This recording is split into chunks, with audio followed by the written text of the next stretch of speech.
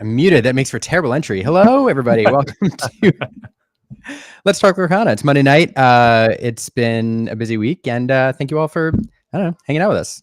How's it going, Logan? Oh, it's wonderful. I have the worst kind of FOMO because before this is probably like 3 weeks ago, Melissa and Ben were like, "You're coming to Gen Con, right?" And I have never been to Gen Con. Mainly because I've always seen it as more of a collector space or an introduction to new members of the community space. So I have never felt the need to go. And seeing all of the excitement, all of the card reveals, and all of the people that were there this weekend makes me feel like I never get to miss another one. So, yeah, it's super interesting. And we're gonna talk all about Gen Con tonight. But it is super interesting because I went 2 years ago. And it was definitely, I mean, it was Lorcana's release, weekend. So of course it was the place to be for Lorcana fans. And it did feel like a big party. There was a big gathering. And anyway, it was all about Lorcana, especially with Linecana. And then last year, I don't know, it didn't feel like quite the same. I didn't go, but I knew some people who did, and I was watching, and Lorcana was a year old, and it felt, it was cool. It was big. There was some stuff, but it didn't feel like a must be at place. And then this year, for some reason, it was like 2 years ago again, where it just felt like you had to be there. like the more I saw coming out of it, the more I was like, it really feels like they upped the game from last year. Because much like you, I knew a lot of people that went last year, like Melissa and Ben. They tend to go to everyone because they're big collectors in general of any kind of promo card, any big play mats they can get, things like that. And this one just seemed like they tried to make it as big as humanly possible. And I was even hearing from people like Sky that they were meeting a lot of first-time players at this event, which is always good to hear. Yeah, a lot of first-time players. Man, there's so much to talk about. I could go down a rabbit hole there. But no, yeah, it was. It did feel like they really stepped up their game. There's just so much to do in the Lorcana space. They have 3 different areas. There's the play area where stuff's constantly going on. Then they had the collection quest area. Then they had the expo hall area, and also other Ravensburger games and puzzles and things. And in addition to that, the panel that on Thursday. So you could literally go. I like to say about Gen Con, you could go like 30 times if you could rewind time, if you're Hermione Granger with a time turner, and you could experience 30 completely different experiences at Gen Con. And with the way that Ravensburger was set up this year, it's possible to go and just spend an entire weekend doing nothing but Lorcana. And maybe if you want to expand a little bit more into other Ravensburger stuff, but yeah, it was pretty crazy. No, that's awesome to hear.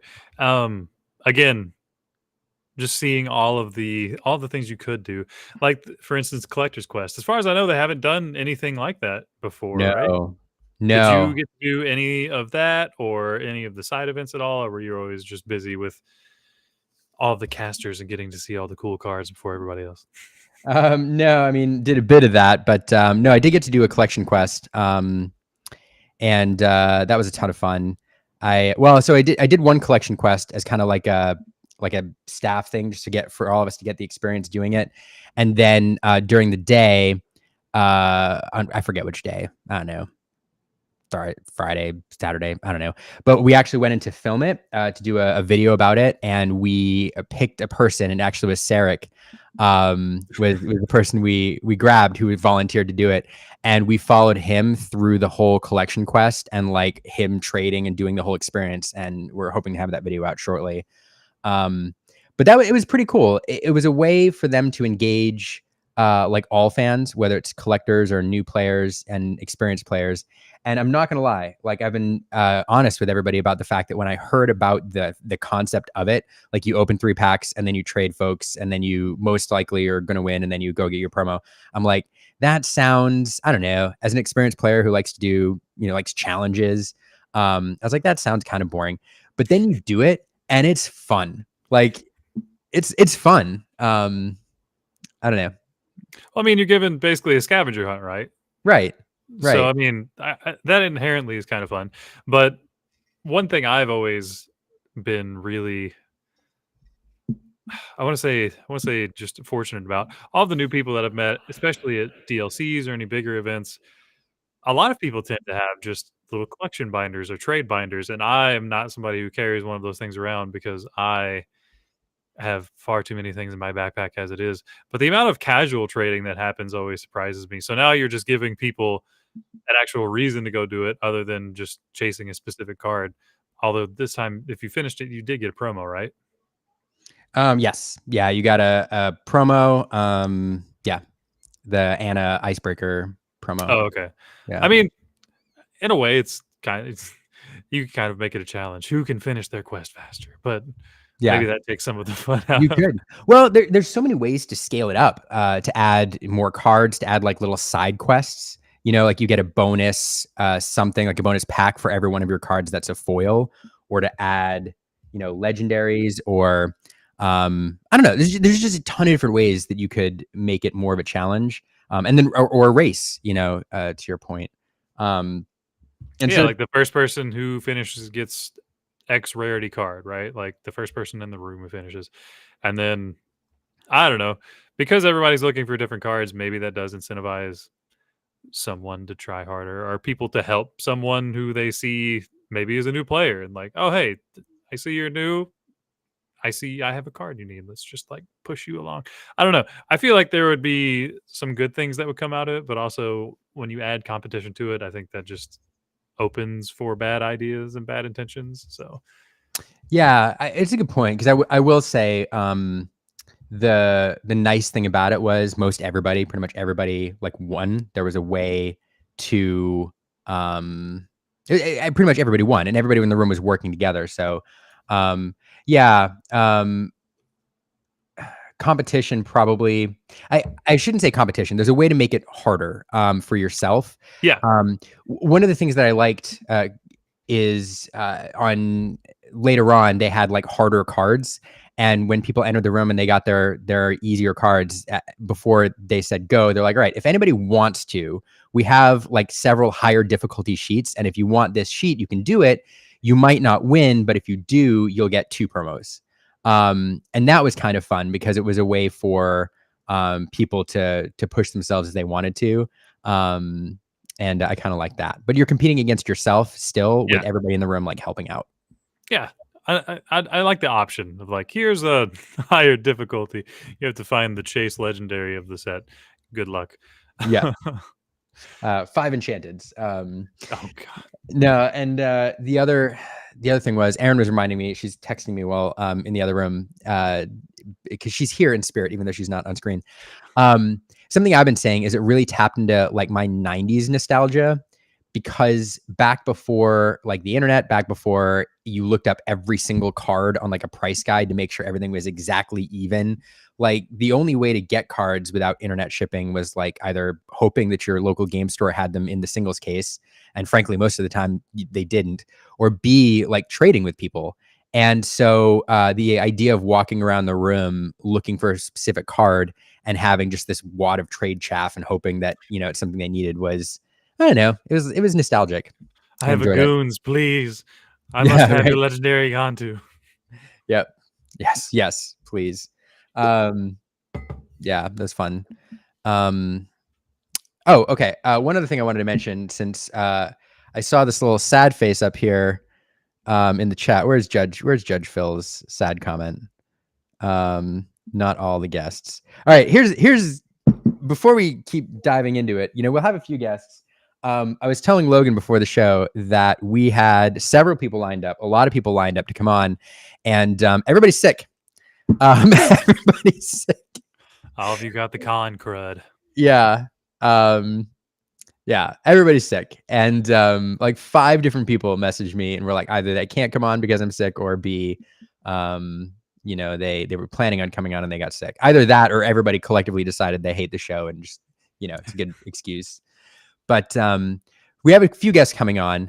And for that reason, one of the things that Logan and I were talking before the show, like one of the things that I've always wanted to do is do like an audience participation kind of thing, like a call-in. So here's the deal, chat. For anybody who was at GenCon who wants to chat about it and offer a few thoughts, You're welcome to pop on for 5-10 minutes and give like your observations. Jump in our Discord server. I'm going to post a link here. Jump in our Discord server. Send me a Discord message, like ping me on Discord or in the Let's Talk Lorcana channel, and I'll private DM you the restream link. And come on for 5-10 minutes and talk to the audience. Like, share your experience at GenCon, kind of your overall impressions. We'd love to do like an audience call-in. So that's my offer for you all out there. So it could be all the best. I have questions. I talked to a few people. Like, obviously, I was talking to this guy. Bannable went for a couple of days just to get their experiences and how things went. But I don't know how everybody else's went. Like, you know, and I really just wanted to see from the competitive side of things how the events were ran, how the Ravensburger Play Network went being used at an event like this. I heard mixed things. I also did hear mixed things about some of the pods that were playing for the playmats, that timing was occasionally an issue. I didn't hear about timing, but supposedly, from Sky's observation, there was one pod, a Blurple player won 3 of his rounds when he had no business winning 3 of his rounds because he just slow played to game 3 and then had more lore in game 3. But like, that was kind of what his intention was for every single set. And in that environment, I think that's just how they needed to finish things out. Whoever had more lore at the end of time, because they had to have a winner if you're getting so far, right? Yeah. So I don't know that that's the best solution, but it allows for some sneaky things like that to go through, so someone can just like scam a playmat, I guess you could say. Yeah. I mean, yeah. I mean, I don't know. Yeah, I know. I don't see where around it. And this isn't like a criticism of any one person or the event itself. I'm just saying that it was witnessed happening. So maybe it's just putting it on the radar and saying, hey, this was like a small problem. How you prevent that, I don't know. In small fire pods like this, where you're just trying to just get them and go. But it's something to look out for in the future. Yeah. Yeah. Yeah, it's an interesting note. But yeah, it's one of those things that once kind of the strategy gets out there, you know, when one of those playmats is on the line, which is highly sought after. It's a thing.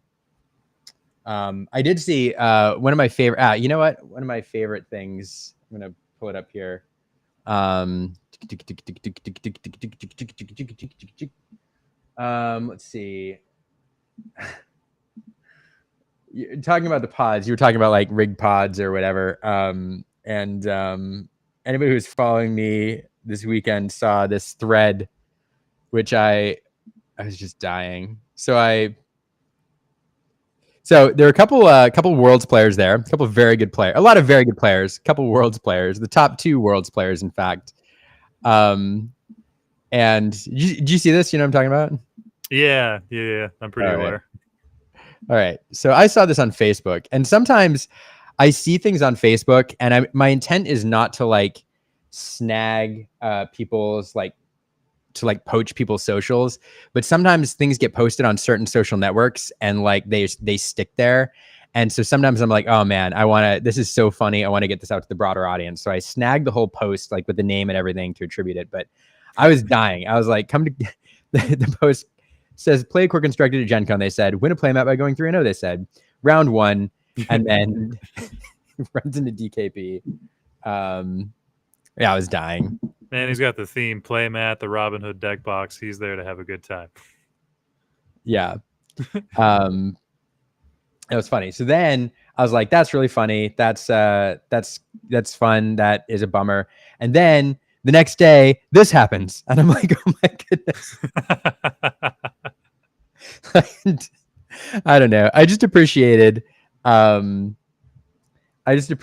like him having a good time with it, and helping the community get a laugh out of the situation rather than just being all bummed about it. But no, for sure. I mean, funny. I'm sure like in the moment he was just like, what are the odds? This is like, how many times can you run into the world champ and then doing it twice in a row?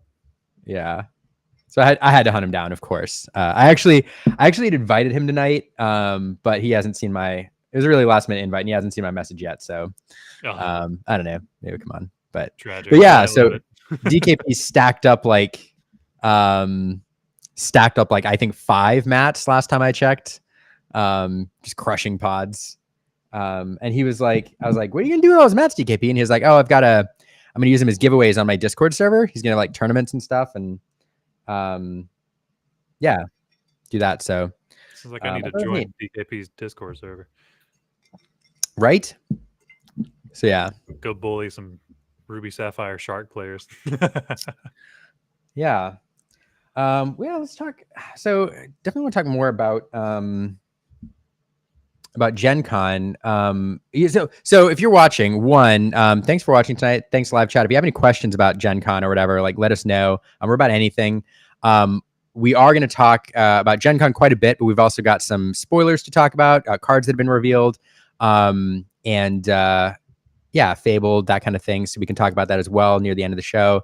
And again, if anybody was at GenCon, wants to stop in, send me a note. I've already got one person taking me up on that. Maybe a couple more. Okay, so here's my note for all of you who are sending in invites. You might have to wait just a little bit, but we'll get you in before the end, for sure. So jump in the green room and we'll rotate you in. Oh my goodness, this is gonna be. I'm getting requests, Logan. Look, you said you didn't know how it was gonna go, and now you see the folly of your words. Everybody wants to talk to Lee. I love it. No, I love it. It's gonna be fun. It's gonna be great. It's gonna be awesome. I love. Like I said, as someone who wasn't at Gen Con, my favorite part about Gen Con was the card reveals. And that's pretty much all I was looking for all weekend, because I have events coming up the first couple of weekends, the first few weekends actually, of Fabled. So I need to know what all of the returning cards are so I can start making decks. Right. Like yeah. I'm really waiting. Like once the last few cards are revealed, everybody, the fast and furious, theory crafting and deck building and. We already have, like as soon as all of the cards are revealed, Maelstrom has time set aside, and Sailor as team captain, has already put out the PSA. As soon as we get the full list, you guys better be ready to start testing, because we have Charlie's and Ink coming up that first weekend. So that's crazy. And I genuinely can't believe that it's coming up. Like I feel like I heard about Fabled so long ago, and now here we are like 3 weeks away from release, and I don't know what to do with myself, to be honest with you. Yeah. I don't know. Yeah, it's we found out about Fabled. You're right. We found out about Fabled so long ago. It is crazy to think that it's almost here. It's just kind of one of those look back moments. I remember the first time I saw the promotion material for Fabled when they showed the Mickey and Minnie on the carousel. And I was like, that from the language of it and the art style of it, it looks like that's what's going to be the second chapter or the first rotation or whatever it's going to look like. And now we're here, and I'm chomping at the bit, figuring out how much of my set 1 cards I still get to play. Right. Bring back friends on the other side. Bring back. Oh, please. I would love that. I would absolutely love that. Like we have Cusco, so I can start drawing some cards, but I need the thing that draws me all of the cards. I was going to leave some of these random questions to later, but this one has me puzzled a little bit, Logan. Before we bring in our first guest, what are we referring to here? The partner announcement? Is this like the China? Oh, wait. Yeah. Was that thing? Yeah, I did see something about that on Facebook, but I didn't read much into it. The China format, Partner Spirit. Yeah, Partner Spirit. Is that official, or is that like a fan made thing? I think it's official. Everything that I've seen indicates that it's official. So I'm interested. Somebody send me a link if you have a good link to the description of that format, and we'll talk about it near the end, because I'm not gonna lie, like I skimmed it because Gen Con was wild. And so Logan and I can read it like for the first time here and kind of dive into it. I don't Facebook a lot, so like I saw it vaguely and just kind of scrolled past it, because most of the time I see anything Lorcana related on Facebook, it's just kind of part of the masses, so I didn't really pay attention to it. But yeah, Yeah. if it's official, then I'm much more interested. Yeah. Okay, let's bring in our first guest, Logan. So because the green room is filling up, y'all. So I'm gonna bring in our first guest, who is prearranged, and we're gonna talk to him for a little bit, and we're gonna roll through. So really excited. Always glad to have him on the show. One of the earliest Lorcana, we'll call him a content creator, because he writes for The Gamer, and provides some of the best written Lorcana content out there. It's Eric Switzer. Eric. Hello, gamers. Hello. Hi, Logan. Nice to meet you. Nice to meet you. I'm jealous of your T-shirt. It's very good.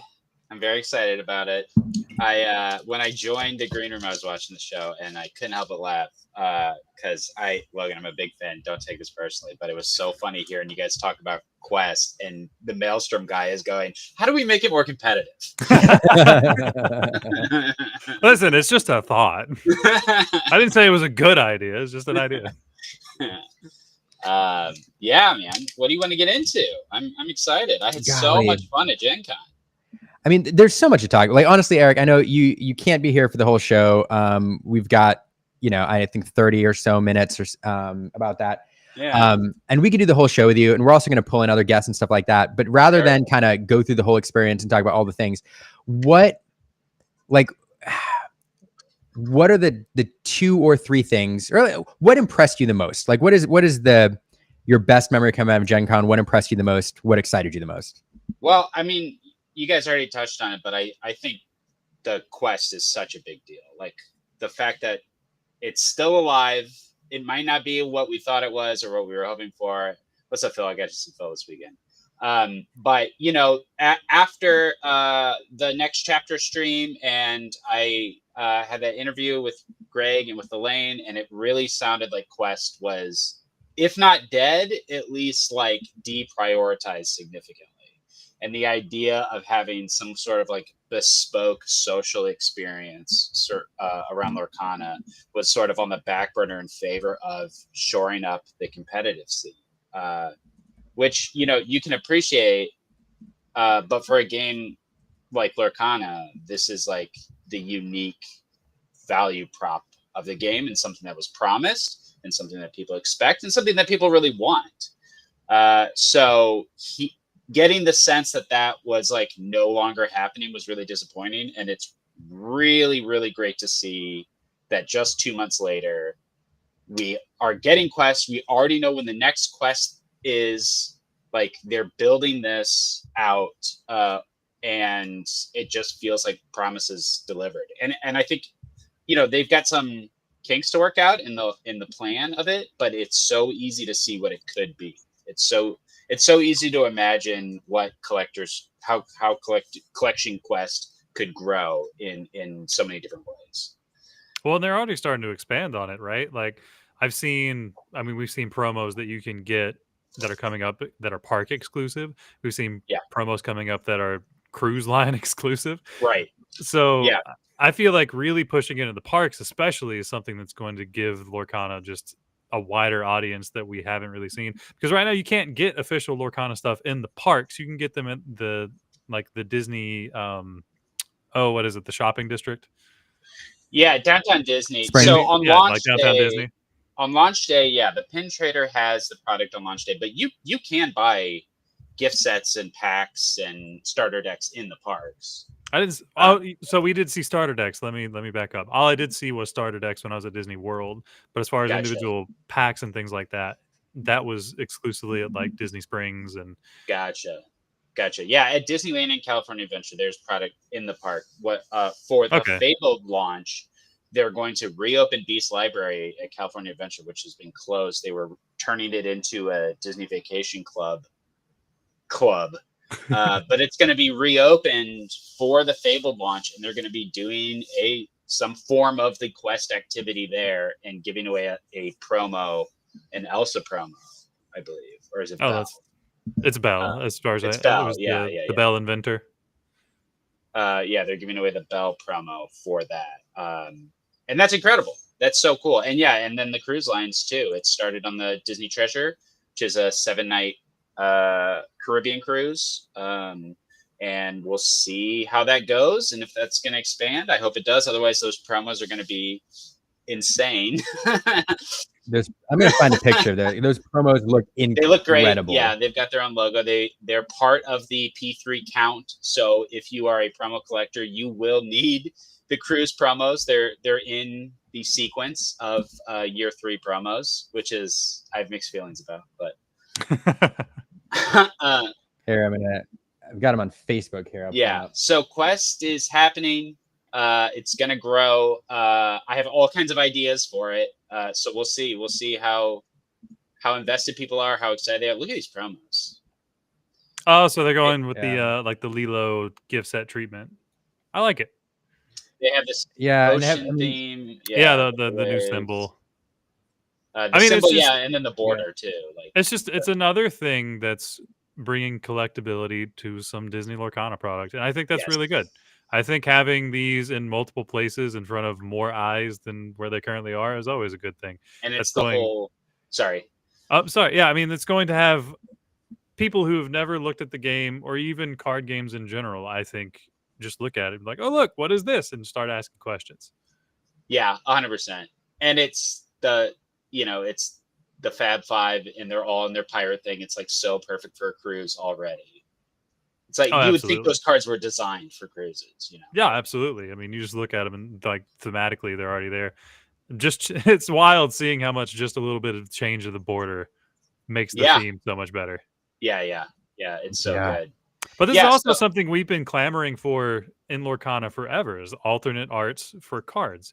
Yep. I mean, since set 1, set 2, we've been wanting to see some sort of Pokemon-esque type thing where, multiple cards can have different rarities and different treatments. So maybe this is their step in the direction of seeing how much the alternate arts of these cards actually make people excited or not. Yeah, 100%. Yeah. So, like I was saying, I have all kinds of ideas. I think they need their own quest packs, like promo packs, to ensure that every card on the quest is findable. So they can be cheap packs that just have comments or whatever that they used for these quest events to make sure that you don't have those situations where it's like, well, I have this rare and literally nobody in this room pulled that rare. So, they can give me that rare from the staff collection, I guess, but that doesn't feel very good, right? So I think that would be great. I think it would be really great if so all the quests at GenCon were movie specific. Somebody had the Alice one, somebody had the Great Mouse Detective one. If those were related to places in the park, so it was like, oh, I have I need the Alice card. I have to go over to the Alice ride, and the vendor over there has the packs that has the Alice card or whatever, and then I can trade it with people that have the Aladdin set. I think that would be super cool. They could do all kinds of stuff with it. Yeah. This is Mickey True Friend. Everybody pointing out that there's 6 cruise promos. If I can get a link to, if anybody has the link to all 6, send them to me and I'll pull them up. But Mickey Mouse True Friend has that border as well. There's 1,000 versions of that card out there. Now. Like we have the park one, we have the new we have the park one, the one that we got at Continentals. I think there's like the puzzle one. Then there's the Chinese promo number 26 and the Japanese promo that replaced Dragonfire in P1. Yeah, there's a lot of that card. Yeah. Who would have thought that in the mouse game that Mickey Mouse would have one of the most desirable promos? I think that like the character card to have Mickey sign it at a park is still going for like $60. Yeah, it is an interesting one because that card could be reprinted like so easily in 1,000 times, but it is a really cool piece. Very expensive.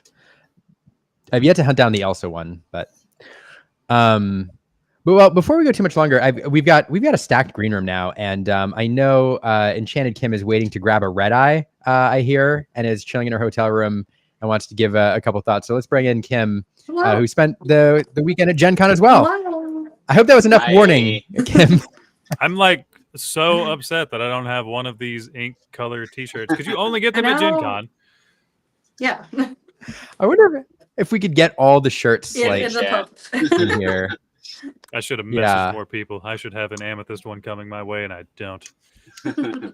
Great. We're just fashionable. Yeah, they actually not to rub it in, like, not to rub it in. I'm gonna put it out here. If anyone has an extra large amethyst T-shirt, I will pay you handsomely for the it. logo. Well. And they have the ravens for your hair. Yeah, they do. Oh yeah, that's right.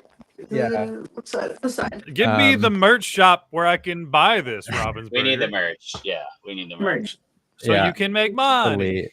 I was buying Totally agree. Riftbound today. They did the Riftbound pre-orders, and I was on Riot's page, and there was just so much merch. So much merch. You could just jump right in and buy T-shirts instead. I know it's all League of Legends stuff, but still, it's like this is Disney stuff. Like, I know we're talking about the difference between Riot money and Ravensburger money, and it doesn't quite equate. But come on, man, I would absolutely.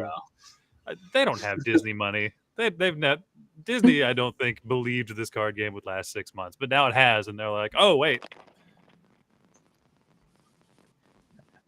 I don't know. I can't talk to that or speak to that, but nevertheless, the shirts are cool and they're comfortable. Let's say that. So, Kim, what was your favorite part of Gen Con? I think legitimately, and it's kind of like selfishly, my cosplay that I made. I think that was my favorite part, just showing off like what I accomplished with it one day and matching the photo op, because I had no idea that would be the photo op until I was flying in. So I was like, oh my gosh, this is perfect. sorry, Kim, I could barely hear you, dude. I'm turning into a robot. Yeah.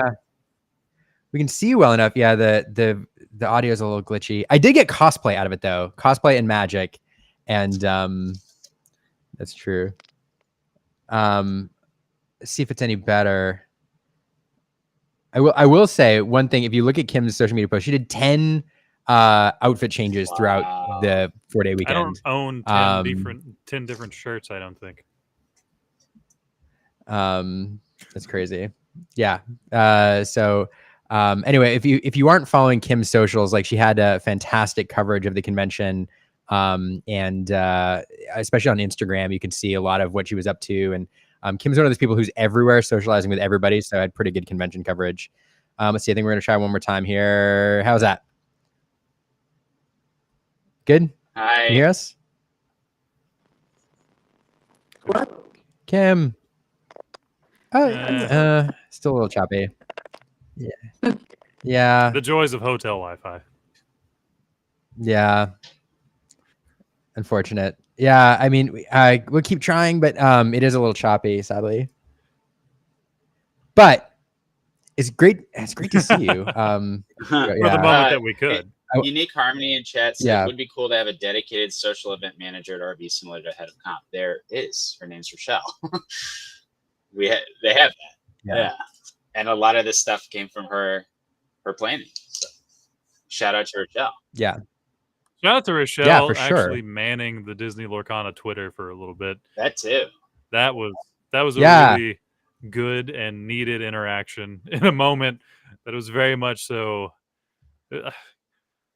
Just confirming that Prince John is not coming back, I think, was a pretty good moment for everybody.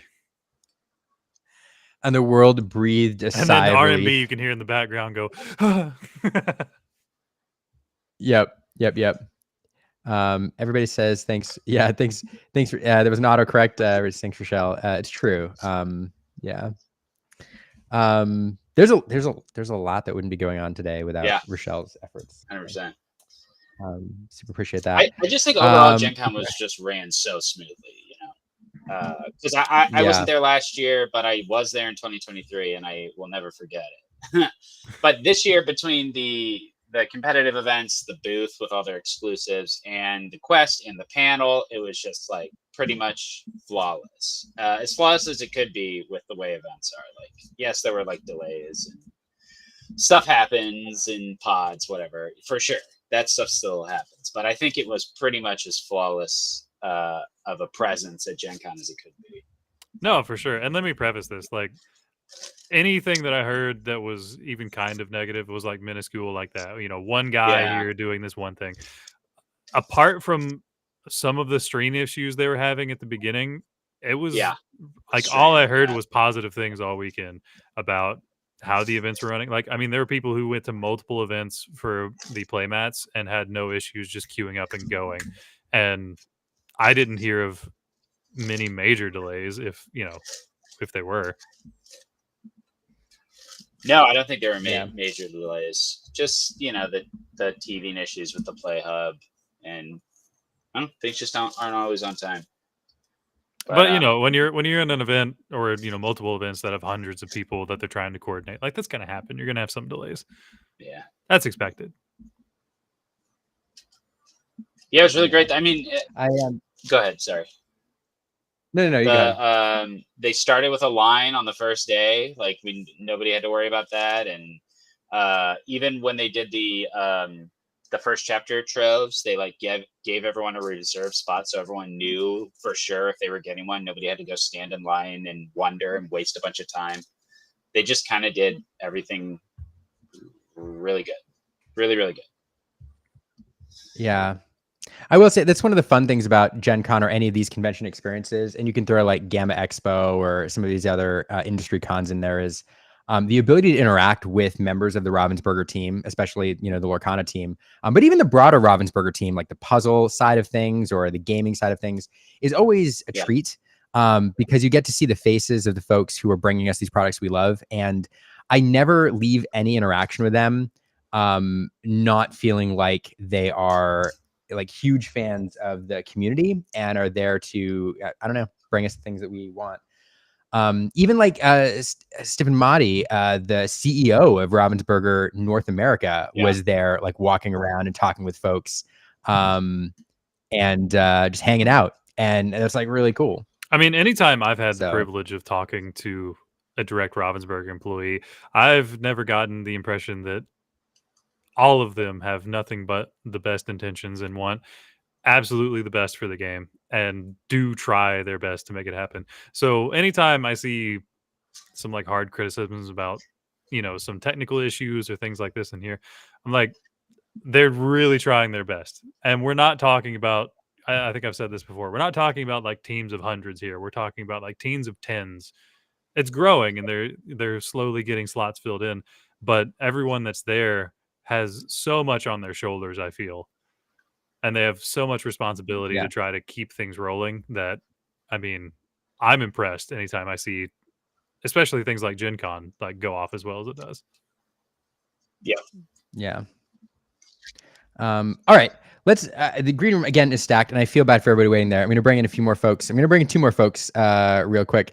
First off, thanks for the raid, JDZ. Let's bring him in here. It's JayZ Quest. Oh, and it's the blue shirt. We got to complete the ensemble. I'm sorry. We had to. I see you guys with the ruby and the amethyst. I had to complete the ensemble with the sapphire. Sorry, Logan. Sorry, Zenless. You show up. Maybe show up to Gen Con next time. Okay. That's literally what I sleeping at the wheel. Maybe this is what I get for not going to Gen Con. It's your fault. Okay. You definitely would have had one had you shown up, big dog. I have no one to blame but myself. Yeah, look in the mirror. Hold it up. I trade you the shirt for your hair. How's that sound? I think about it. Okay, consider it at least. Maybe we can figure that out. But I'll see you at King. We'll make something work. Yeah, we'll make some change. Maybe half and half the shirt for half the hair. I think that's a vibe. But Liam, it's good to see you again. It's been a short amount of time. I feel like I spent more time with you in the past couple of days than I have with my own family. So it's been a couple weeks. Yeah, a couple weeks. We were together in Arkansas the week before Gen Con. It's been a good run, and Eric, it's good to see you again as well in such a short time. Good to be back. Yeah, absolutely. Yeah, real quick, I want to bring somebody else in before I do that. JayZ, first Gen Con impression. It was phenomenal. It was absolutely a magical experience. I think that from now on, I'm gonna have to plan my year around going back to Gen Con again. I thought that experience, because again, as a closeted nerd, okay, I'm a self-admitted closeted nerd. And so closeted, not closeted not anymore. I'm saying I try to, like, throughout my high school days and like my early adolescence, I was always been a nerd. And I always try to like shy away from and, like, project this image of coolness to kind of hide my nerd factor. Well, in Gen Con, you don't have to do that. You can just let your nerd just be out and free. And it was just so many different people just living their passions and doing what they love to do. And that environment is just kind of spoke to me, man. So I really loved it a lot. I like seeing the community. I like seeing you do your thing in your natural element. And I like seeing all the content creators and all the people that were there from all the DLCs that we haven't had in a while. You see friends from all over the world, man. It was just a really, really, really cool experience. I champion everyone, or I challenge everyone. If you have the opportunity to go, you should definitely go. It's like our it felt like that birthday kind of vibe for the game. Like that's the energy. It was just like happiness and just joy of everyone just engaging with the game and being a part of the community. It felt super, super chill. And I'm definitely going to go back. Mm-hmm. It's a really good point, man. I mean, I haven't gotten to see everyone. I know everyone wasn't there, but I haven't gotten to see everyone since, NACC, like it's been like 6 months since we had a thing. Yeah. It would have been Worlds, and that, I guess that timing would have been not bad, but this felt like a long time since we could all get together. Absolutely. Yeah, I agree. Before we keep going, because Jay, are you free most of the night? You want to hang out with us here? I can kick for a little while. Well, my wife, she's at work right now. She had to go do a little work trip. But when she comes back, I might have to disembark. But I can kick it until she returns. I know she's gonna be there a little bit later. So yeah, I'm down. I'm down to hang. Right. I'm down to hang out for sure. Well, let's bring in somebody else and hear how things went on the somebody who spent most of their time in the competitive area, in the Lorcana play area. Let's welcome in Judge Phil. Phil. Hello. Can you guys hear me? Am I good? Yeah. Awesome. Yeah, we got you. How you guys doing? Yo, Phil. Best day of my life. I'm glad you made it home. Yeah. Phil's another. Without the con crud. Oh, I've been I actually have the Worlds crud from I got something from Worlds, I think, like after the Disney, the Disney day that we had. I came home, got sick, and then I've had this cough, like kind of like scratchy throat for like the last 3 weeks. Mm-hmm. So if you saw me at GenCon, I was just masked up because I don't want to bring anything back. Yeah. Or man was washing his hands, had the I had the hand sanitizer on with like in my pocket the entire time. Or pass anything along to the next person. But it was nice to see you as well, Phil. It was a good time. Thanks for letting me borrow your deck. Sorry I didn't win with it, but I was trying to get you there, man. I was trying to get you there. I appreciate he gave you the tools and you didn't bring it home. Come on, man. I did brick. I mean, I misrep twice. Hate to see it. It is what it is. No excuses. No Johns. Phil, how has the transition to the Play Hub been on your end? It's missing features for sure. That's why the card IO people were there the whole weekend, and both the Ravensburger side and the card IO side. So any feedback they would immediately address. Obviously, we had like 1 or 2 hiccups with the system. That was with the specific way those events were set up. But otherwise, if the event was set up correctly, no real big hiccups. There's a few things they have in there, like they don't have a way for judges to really access the system by itself. So we kind of only had the scorekeepers on it, or the registration booth on it. So when people had questions or stuff, it was like, well, if you show me your phone, we can log you in on there and you can kind of report on there, but I can't do it for you. So gotcha. It's cool that they were there so you can be like, this is in real life. This is how it works. These are the tools we need. And they shout out to to Brandon from Ravensburger. He had a huge notebook and he would literally, if you had anything to say, he would open that notebook and start writing down notes. And he would nice. That's awesome. that feedback. Obviously, this is like a mini trial run for DLC, right? We want to make sure it's working before we get to DLC. So a lot of stuff and a lot of things of just like, hey, we want to make sure this is going to work, because if you take GenCon and distill it down for what we had at in that area, that's your on-demand sides, your entire DLC, and we need it working. So. So from that, like, was there anything that was directly fixed that weekend, or is it just was it just in general features you would like to see that they're going to be working on? I don't know. Like, we had an issue with draft pods. So the first draft that really got kind of screwed up because of how the draft pods were like not able to be paired up correctly and stuff. Other than that, everything seemed to work okay. I've actually been working with card on the side because I work with a lot of stores in my area. So since we're all transitioning, I've gotten a lot of usage of the system, and I've been able to provide feedback. And even after the first set champs to now, the system has been improved. Right, from the first set champs, if people had the same first name and last name or last initial, you didn't know who it was. You couldn't tell from the system. So if I had to drop someone, I wouldn't know which one to drop. But now, like we got it so that it's showing usernames now in our system. So now I can see the username and I can ask, are you this user or are you that user? And then that really helps a lot. So everything worked very well for what it was this weekend. But again, like obviously certain judge tools we would need for DLCs. But other than that, for a local like store level, I think it's working almost perfectly right now. Well, I Nice. know that my set champs I went to, we used it. My only big complaint was, as a player, I couldn't just naturally open the Ravensburger Play Network and see the event I was in. I had to have this specific link for the event. Yeah, the My Tournaments thing is definitely something they know. That was like a day one thing that I said as well. Like, hey, we don't have day one. Sorry, my child is screaming right there in the hallway. There's again, I'm getting notes. It's like whose kid? Like it could be any like multiple. It's my child. They're doing bath time, so yeah, that's fine. But yeah, I'm laughing. Definitely that My Tournaments thing, like it's coming. It's definitely the thing for the radar. The ease of use, the quality of life features is something for the players specifically is something they really want to get out there. Because how annoying would it be when you're registered for side events or you register for upcoming side events and you have to search it all of a sudden? Like you have to, that search function in there works. But if you're like, let's say you're a DLC and be like, okay, I'm in Milwaukee. You have to find events that are within 5 miles of me and then scroll through that list. Yeah, it's kind of rough. So they're working on it. I know for sure that that's one of their major feedbacks that they got this weekend from players is that like, yeah, they get constantly logged out and then they log back in when they're on the page and then they can't, they're not on the tournament page anymore. So, yeah. Well, it's good to know that all that's coming to hopefully be completely seamless by the time Milwaukee. Again, they took tons of notes. They took tons of notes and they were on hand. They had a dev on hand who was like a wizard behind the scenes. If anything broke, he's just like, hold on, give me like 2 minutes and we'll fix it. So it was really good. Nice. Yeah. Was there anything else that you saw there, Phil? Because I'm gonna tell you right now, Phil, and I don't want to sully the vibes because it was pretty immaculate down there in GenCon. I had a great time, but there was, at least in my professional opinion, I think that people were cheating in the sealed portion of that event. Like when I do feel that maybe it wasn't everybody, it wasn't rampant, but there were definitely individuals who were.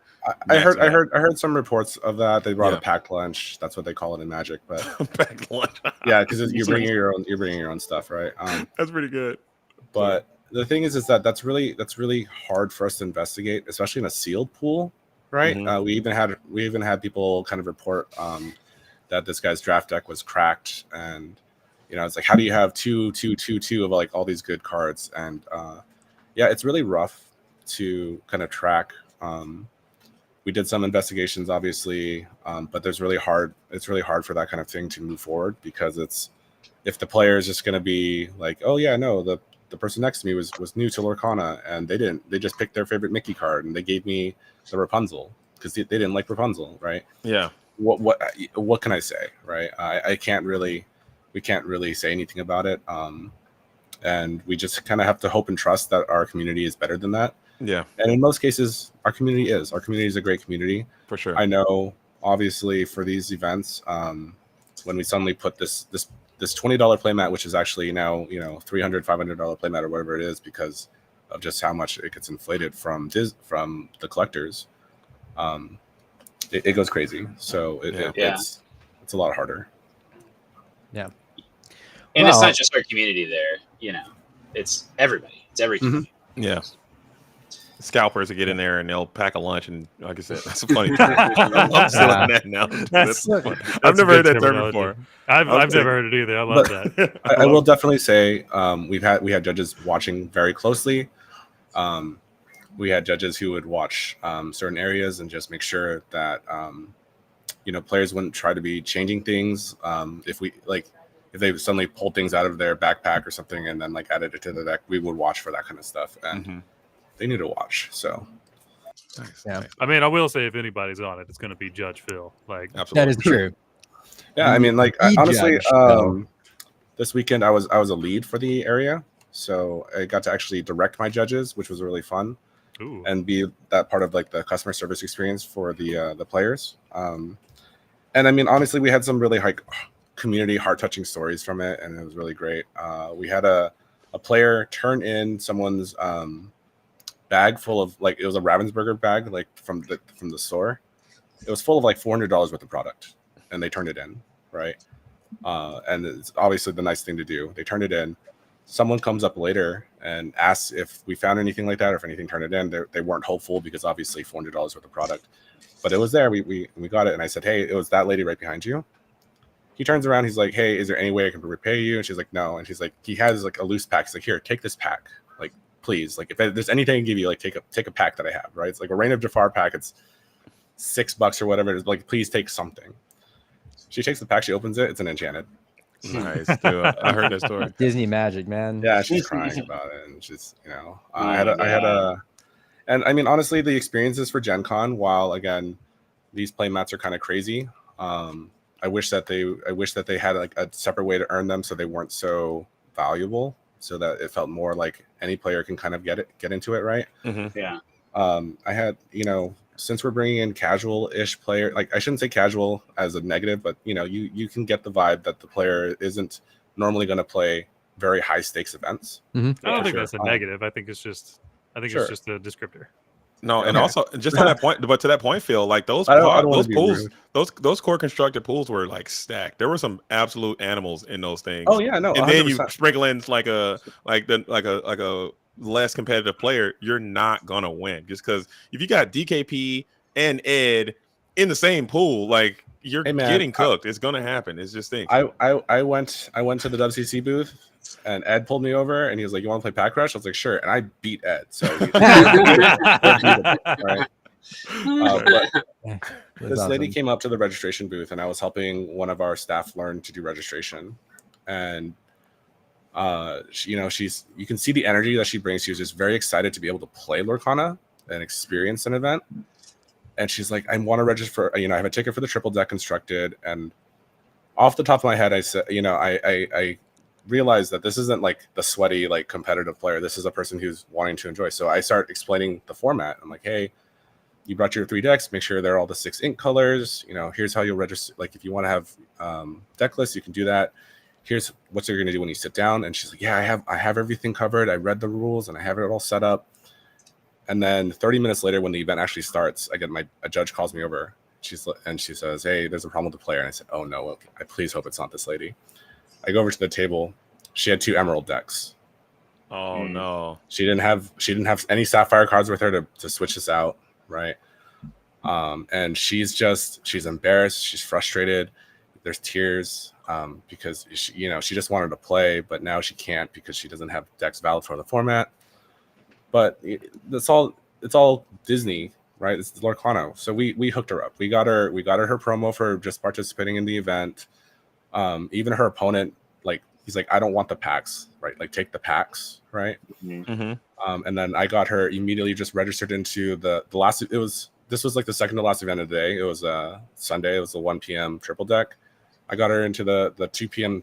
Pack Rush for free, right? I talked to my floor manager. We all agreed, yeah, let's get her in there because she obviously paid for something. We wanted to get her playing on something. Yeah.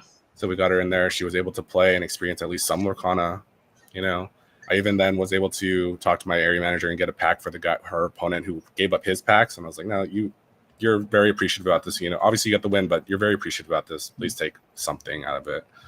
And just being able to handle those customer service experiences and being part of that. That's really why I love being a judge and working with the community in here.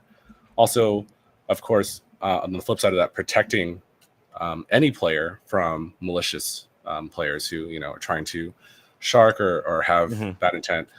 You talk about the Blurple player who was purposely slow playing. Like I really wish players know to call for judge, right? When they're feeling it, like I really wish they call for judge. I had an instance where the players enter turns, and obviously we can't watch every match, but as soon as the turn started, I went and kind of sat down and I see this player and he's taking forever, and I had to warn him like, hey, even though we're in turns, you need to increase your speed of play. You have 2 cards in your hand. You really need to do something, right?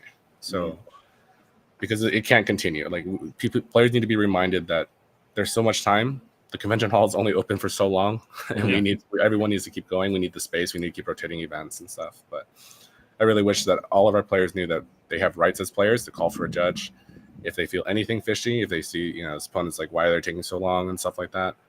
Just call for us. That's why we're here to help. We're here to encourage our players to play and keep things moving and make sure everyone's having a good time is really what it is. I mean, it's hearing things like that makes me love the Lorcana community more. Taking extra steps to make sure that this obviously newer player felt welcome. Like, she's for sure going to be coming back to more events because of something like this, right?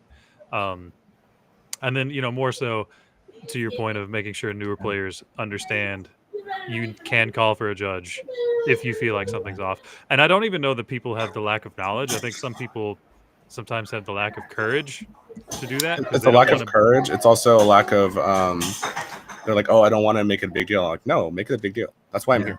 If it's not a big deal, then we'll let you know. Like, hey, it was okay. We investigated. Like, as long as you feel protected and you feel like you at least got to use some of your privileges as a player. Like, that's why we get hired, right? Yeah. Otherwise, you wouldn't have judges, and you could just do whatever you want, kind of. Totally. And that's why we appreciate the professional judge. I won't say professional, but we should say that the judges who have made this a point of being kind of the faces of the judges out there, being trusted agents and people who are trying to set the example for everybody else. And I have to say that, or I jumped in to say that because we have to say goodbye to Eric now, who's out. This is your league night, isn't it, Eric? It is. Yeah. I gotta go play. You gotta go. Yeah, go play. Are you wearing the shirt? Of course. Okay. You gotta wear the shirt. You gotta do it for me. I gotta play. Nice. Are you playing an Amethyst deck, though? That's the question. Of course. Yes. Yeah. Of course. You're gonna sit down to Ember Seal. You're gonna beat your Any last thoughts, Eric, or before we say goodbye? We had a dry spell with this game. Things got quiet and people started getting nervous. But man, if you were at GenCon, you felt that energy, and things are really looking up. That's my takeaway. I agree. I'm really excited. And I really hope that the players at GenCon felt that Pastimes gave Lorcana the attention it needed and felt that the Lorcana 100%. Event went very well, which I thought it did. Again, we talk about like it's a little bit more casual because it's a convention, but we had the judges there, all professional judges. Please use us. You know what I mean? Whatever event it is, and please just feel the excitement for when Pastimes does DLC Milwaukee. So. Yeah. 100%. All right. Thanks, guys. Thanks, Eric. See you later. All right. And Phil, any closing, like, super awesome to have you in here. I saw you all weekend at the competitive play area. And super appreciate the perspective from you on how everything went and those stories. If we can find those players like who had the Enchanted and the pack and all that, I'd love to do a video on that. So if you're out there, I think it was. Wasn't it Britt? It was Brittany. Yeah, it was Brittany. Yeah. Brittany? Yeah. All right. She got the Enchanted from that one. All right. I'm gonna have to send Brittany a note. But Phil, any closing thoughts from you on your GenCon experience and how you thought it went overall from a Lorcana perspective or otherwise? I mean, I honestly felt like I felt grateful. It was my first time as like a lead for this kind of event. Right, I have been like small team leads before, but this was like a full kind of area lead kind of thing, and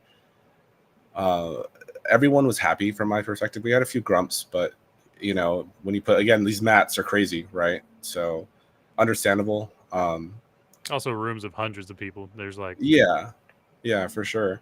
But like, other than like the few here and there who was just like, oh, I think my opponent's doing something fishy because I lost, right? But I'm like, well, why didn't you call me before you lost so I can investigate? True.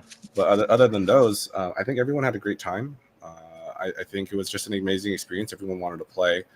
There was like, I remember at a DLC, if we were slow to start an event, people got upset. Here, they were just like, they were understanding. They could see people running with their tickets, like holding their tickets out and running to the booth and like, please wait, like, hold on, let me register and stuff like that. And people just wanted to play. There are even times where a player had a buy, and then like all of a sudden we had a late reg, and we're like, hey, do you mind playing? Do you want to play? And they're like, yeah, like I'd rather play than just take the buy. Right? Even though, again, like these playmats are on the line, they wanted to play. They just wanted to experience the game. Yeah. But all of my staff were amazing. They were flexible. We had, obviously that quest room got crazy, so they were pulling staff. We had issues at the Magic Field, so they pulled more staff, and even with all that, our amazing staff got to have their breaks rotated very well, kept the floor covered, and everything was just amazing from that perspective. Yeah. That's awesome. I enjoyed every second I spent in the competitive area. And I know, like, JD, you spent a lot of time playing there as well, and can appreciate that. So yeah. So I appreciate it. It was for me, it was between the competitive area and the collector's quest, dude. That was my two go back and forth. Did you ever get a chance to collect your quest, Phil, at all, or you never got a chance to get away from No, I had a few small breaks, but no, I didn't get to do the collector's quest, but I did go over there a few times just to chat with the Ravensburger employees and my staff over there and just check in on them every now and then. So he was too busy keeping things running, keeping the ship on point. Well, thanks for stopping by, Phil. Always a pleasure. And I don't know, you represent, you and the other folks you had to be there represent the very best of the judges we have out there. And I'm glad you're there carrying the banner. So thanks so much. Yeah, thank you. Have a good night. Right. Thanks, you too. So I feel bad. We just got to rotate through some other folks. This guy's back in Twitch chat. Always a pleasure. It's almost, I always ignore it. Like, it's the same person who pops in on different alt accounts and says the same thing every time. Just don't even acknowledge it, man. It's just normally I don't, but it's just funny. It's Twitch, man. Twitch. You just gotta just nuke them and keep it pushing. As soon as you give them the chance, that's when they know they're going to keep coming back. They know they got in. So just pretend like you don't even see it. Give them the old bootski and just keep it moving. Well, I know normally I do that, but it's funny because I think the right thing to do now is let them know that it's a big joke at this point. So, come on back because it makes me chuckle. All right. I always have the rule, don't feed the trolls. There you go. Yeah, that's fair. All right. So let's bring in somebody else. Let's bring in I see. Okay, I've got people. It's always a trick because I have to let the person in the green room know and prepare because they've been sitting there for quite some while. Actually, no, let's bring them both in. All right, both of you in the green room. You're coming in next. Floodgates. All right. So fresh off their appearance at Lorcana, it is Zero the Hero, and Garrick. Yo! Oh, Garrick! Hi. My boy. What up? Dude. I didn't know Garrick was coming. Oh my! It's my first time. Hello. It's true. First time. And look at you, so handsome. Nice Lorcana shirt. Oh, yeah, I got my nice ink shirt. Oh wait, no, dude, I didn't get it. You gotta wake up, dude. You're the only one. Because I didn't go to GenCon. It's my fault. Nobody to blame but yourself. Okay? Literally no one. Yeah. Oh, dude. Well, hey, you two. Like, how was GenCon? What'd you all think? It was awesome. It was amazing, right? Yeah. The word definitely is magical. I have so many amazing stories that I can tell from the weekend that were genuinely felt magical, to the point where it was getting weird. I was watching your Twitter stories pretty closely. It seems like you had a lot of cool interactions that I think you haven't had before, right? Like, there's a lot of people you just haven't met in general. Yeah, for sure. I met a ton of. I met Liam and Aaron and Rebecca and Enchanted Kim and Eric for the first time. TFM Dan I met for the first time. A whole bunch of people, man. It was wild for me, for sure. Yeah, it was awesome getting to meet you guys, Liam. I met JayZ finally. Yeah, let's go. We were hanging out in the competitor area. That was so nice to meet you, man. It was really cool. But I got a huge shout out to Garrick. I don't know how that happened, but I ended up just hanging out with Garrick pretty much. I think out of the 96 hours of the weekend, maybe I spent probably 40 hours kicking it with Garrick. Yeah, the whole time. It was a good time, man. And hanging out in the Trove line and just sacrificing your time to kick with me and be a friend. I really appreciated that, man. It was nice to get to know you more and be there and just kind of share those moments with you, man. It was nice. It was a good time. Yeah, it was magical. A lot of the things that were happening throughout the weekend. Do you want to give us just maybe top 2 moments for you, if you could even pick out of your magical Disney moments? Okay, so one of these moments was I was registered for a Core Constructed event, and I got the buy, which was cool. And then I opened my packs, and okay, well, let me fast forward or rewind a little bit. I went with JD to the booth to try to get him registered for this, and there was a first chapter booster draft that had open spots. And I was like, I want to do that. So I registered for the core constructed event and the first chapter, and they were definitely going to overlap. They were only starting 1 hour apart from one another. So I go to the core constructed. I was like, I'll play around and then I'll drop. I get a buy, which is, if you're going for the playmat, which is it's a free win, right? Out of the 3 that you need. And I opened my packs, and what do I open? But this enchanted here, it means no worries, which was a sign to it's fine. You can drop. It's not a big deal. So I dropped. I played in the first chapter event. I didn't like win that, but I opened some great cards and had a fun time. And then later, I was able to get 3 wins, and there were no worries. So I got that. I got the playmat regardless, and I didn't need the buy. I beat 3 people and earned it the hard way. So that was like a magical moment for me. Like the card spoke to me. And then the second one was on Friday. Me, JayZ, and my teammate Witty went to go to the Ravensburger booth to buy stuff to get our next Goofy promo. And I was like, we should all get a first chapter Japanese box. So all 3 of us got one. We opened them up. JayZ opened them up on stream. But what's important to note is right before this, Brittany had invited us to a heroic match, a heroic game, and Kendall Hale was playing in it. So we got to meet him for the first time, which is awesome. I asked him what his favorite art was. He said Hans, which is also one of my favorites. I can't remember the channel off the top of my head, but I watched a really good video that featured the art from that card. And it was really, really cool just before I went to Gen Con. So I was like, this is like so crazy that I'm meeting you. I'm talking to you about this card that I love so much as well. And then we went and we bought the Japanese boosters after we played with Kendall, who won the heroic match, by the way, with the hyper aggro. We buy the boxes. We're all opening them. And then on stream, JayZ opens the Mickey Mouse Artful Rogue, which is Kendall's only enchanted. So that was like fate. Back it up though, Garrick. Back it up, because I was talking to him during that match. I was like, dude, I'm a big fan of your art. I don't have any of your cards because I didn't bring any cards to Gen Con. I was like, dude, I wish I could have you sign something, man. I just don't have anything for you to sign. It's such a bummer. Maybe I can find something. I'll swing by the booth. Then we go to the thing, buy 1 box, boom, the enchant is right there, dude. It was insane. Yeah. So JayZ got that. We went over, we got it signed. And then in my box, I was able to open a Hans. So I got him to sign it.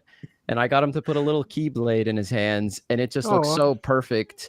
And I said in the video that I made today that this is going to be like a cherished memory of mine. And I don't think that I've ever gotten like super emotional, like over anything that has happened to me in the Disney Lorcana community. But over the weekend, this thing happening to me, and it just being like, it just felt like fate, right? This whole day was like so magical and special. I was talking about it in the video today and like starting to like get tears in my eyes. I was like, this is, I've not felt this over a card game before. And I had so many magical moments throughout the weekend. Those were just 2 of them, as you requested from me, Logan. But yeah, I could talk about it all day. If you want to know more about my Gen Con experience, not to plug my stuff, but I did just upload a video on it. It's like an hour long. So. You're fast, man. I'm not getting the video for like 2 weeks. Yeah, it's gonna take. By the time I get mine up, it's gonna be Gen Con's gonna be. I'm still working on my Worlds video. Yeah. Well, speaking of more memories, Zero. Let's hear 2 of your favorite moments. See I have if you 2. can rival Garrick's magical Disney moments. It's not nearly as magical as Garrick's. That was like almost like it was scripted. But for me, on the last day, I was in the first chapter sealed event, and I think Liam, you came like near the end of that. But I saw like in the table across from me, someone pulled the Enchanted Elsa. Yeah. Oh yeah, we came up right after that. Yeah. You guys came up right after that, but the moment that she opened it was like just amazing to see, because she was like crying, and then like her kid was like going insane, like he was having the time of his life. So that was just, I don't know, it's always a good moment to just see like people enjoying like Lorcana and something like happening like that. Yeah. But another moment I had, I was playing in Triple Deck. Which, by the way, Triple Deck, this is the first time I got to play it, obviously, because it's like kind of like a really like competitive format that not many people do. But since it was here, I really wanted to do it. And in this one, I was seeing who was in my pod, and then like last minute register, I saw DKP on there, and I was like, oh great. Kind of hope I don't find get matched against him. But like round 2 comes along, I sit down and he sits next to me, and he just looks at me and he like points at me and he's like, I want to play against you next. I'm like, oh great. Oh no. And then like I had to play red blue because that was one of my decks. And then the whole time he was just kind of like judging me over my shoulder. I was like, okay. Like at the time it was a little stressful, but core memory. This isn't intimidating at all. Yeah. I got the world champ teaching me how to play his deck. That's kind of cool. So not to piggyback off that too hard. Fun DKP memory. I was at NACC. I think it was round 3 for me. I was playing Ruby Sapphire, and DKP just comes and sits down next to me in the middle of the match while I'm playing, and I'm just like, that's not gonna bother me. No, not at all. Yeah, I'm good. And then afterwards, like I ended up winning, but like I stood up and he goes, "You need to watch out. You're making some weird decisions." And I was like, "Can you elaborate?" And he was like. At least you waited until the end of your match to get it in your head. Somebody clip that. Somebody clip that. I don't know how to do that. That's funny. But he went to like a couple of different and like did give me like specifics on a couple of things. He's like, you should have done this instead of this. And I was like, that's really helpful, but incredibly stressful at the same time. Thank you. Yeah, just a little bit of stress. No big deal. I think I got to work on that, Logan. I got to get like in that mode where I'm playing with people observing me play. I play on stream all the time. That's a lot different. But playing in the booth, I got Garrick behind me, I got Ed behind me, and I'm just throwing, and it just feels so bad because you can hear the whispers like. I'm sorry, I was whispering to Ed during the match. It was match number 3. You're throwing like you're misplaying. It's like, oh, it's just so much worse. I got Ed right behind me watching me throw live and like, oh, this is terrible. Whatever. Here's what you do. You just get to a point where you don't misplay, and then they don't. Oh, yeah. That's the goal. That's the goal, man. I can't figure it out. That's the secret. Easier said than done. Come to Maelstrom Discord. We'll teach you to be better. I'm trying, man. Teach me the ways, dude. Teach me. Doctor Strange me, bro. Yeah, we'll all be there. I kind of want to do something fun. There's plenty more to talk about and stuff, but since everybody's here and everybody here who's at GenCon made a cameo in this video, I don't know if anybody's seen it or everybody in the chat has seen it yet. But we posted a really fun video that I'm really proud of, and it kind of encapsulates what Aaron and I spent most of our time at GenCon doing. Literally. And I want to show it. The number of times people were like, "What are y'all?" Before you play the video, sorry, Aaron, go ahead. I was going to say the number of time people were like, "Hey, what are you guys up to this afternoon?" And we're like, "We're still working on the video."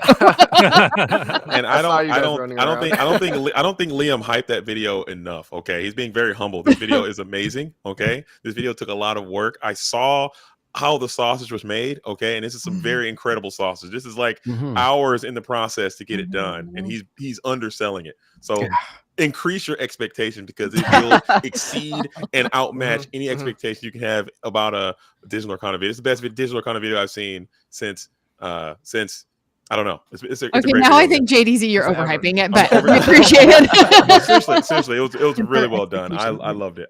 It captured the moment. Oh, thanks. Oh, now I know. No, take it away. Now it's too. All right. Now you have to. All right. Just quick volume. I don't know. I never know how volumes translate if people are listening on headphones. So just a quick volume warning. I'm not sure how loud the music's going to be when it starts. So everybody with headphones, just take note. All right, here we go. I've got myself a notion. One I know that you'll understand. We set the world in motion by reaching out for each other's hand. Maybe we'll discover what we should have known all along. Oh, this isn't the right one, but this isn't the final version, but close enough. One way or another, together is where we both belong. If we listen to each other's hearts, find we're never too far apart, and maybe love is the reason why. For the first time ever, seeing it eye to eye. Let's go. Oh. Yeah, he's breaking. Oh, Kendall. Let's go. The wall should come between us. Lucas! So good. To climb, too hard to break through. I know that love will lead us.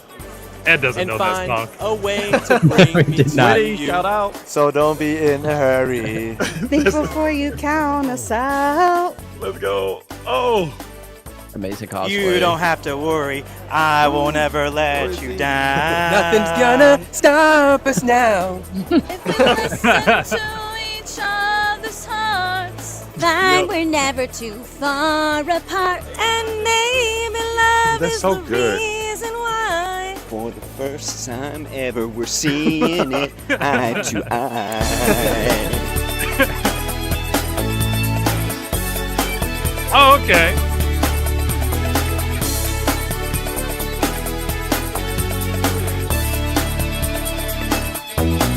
If you're ever lonely, stop. You don't have to be. That's so good. After all, it's only you know what you do to me. Take a look inside and see if we listen let's go. to each other's heart. We'll find we're never too far apart. And maybe love is the reason why. The first time ever we're seeing it eye to eye. Amazing. Well done. Yeah. Well done. Well So done. good. That was so good. That was really good. Yay. Man, that's a proud moment. That's a good moment. I've legit watched that video 100 times. Like, no joke. It's The so plane good. ride last I've night was seen it just so the many video times. on repeat, like the It's whole yeah. plane ride. I think the guy on the plane next to me was like, "What are you doing? What are we doing? Knock it off What's this now. guy Knock doing it over off. there?" What do you do That's for a pretty living, good. sir? I like That was a lot of I fun. think that video encapsulated the mood of Gen Con really well. It did. I think, Yeah. yeah. I don't know how you did that, but you managed to capture the emotion of what was going down, and like the people that you got in and the parts you put for everyone to do. I thought was very well done. I think I will totally agree with y'all, and if you think about it, the first shots of that video were happening, I think, as we were waiting to go into the second anniversary panel. Like that was the very beginning of the video. That's like true. It's JD, like chronological. yeah, and so Mhm. almost the entire video is shot in chronological order, almost, Yeah. with a few exceptions. And I think the last shots we took in the video were like 2 hours before we had to leave for the airport. Which was a little stressful because Liam and I were like, we have to get this last line. And so it was really just this entire weekend long snapshots and just amazingness. That group scene at the very end was like right after Rebecca had just revealed Cusco, like, and so everybody was like super hyped after Cusco getting revealed, and then we did that, so it was great. Yeah. Just a note: if you're watching this on delay, that song might get me copyright struck, and so there's a chance I have to be visible. So, like, if that happens, go watch it on Instagram. It'll be all right. You'll be good. You'll be good. Maybe Twitch might have to make you mute it. YouTube might clip you, but it'll be good. It'll be all right. Yeah. I'm just saying, like, all of the other stories have given me FOMO, but then that video just even more so. I was like, all right, cool. So I never get to miss Gen Con again. No, You never. can't. That was I my will first say, one Logan, I'll we never could have miss. used your singing abilities throughout the weekend. There were a couple of lines where we're like, we actually need a legit singer to sing this line. Yeah, and then Travis. Oh my gosh. We had this really difficult line. It's like, take a look inside and see. It's like this really like difficult line, and most people in that video, you can tell, were like, I don't really sing, but I'll give it a go. So like, I'm desperate. It's the last day. Yeah. Like, we need 2 more lines, and one of them is that line, and I can't find anybody to do it. And Travis wanders over, and it's my first time meeting him in person, and I freaked out because I know him through all the Discords.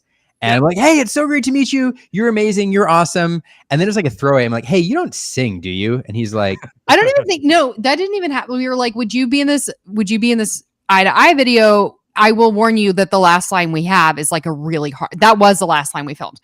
And it was like, it's like a really hard line.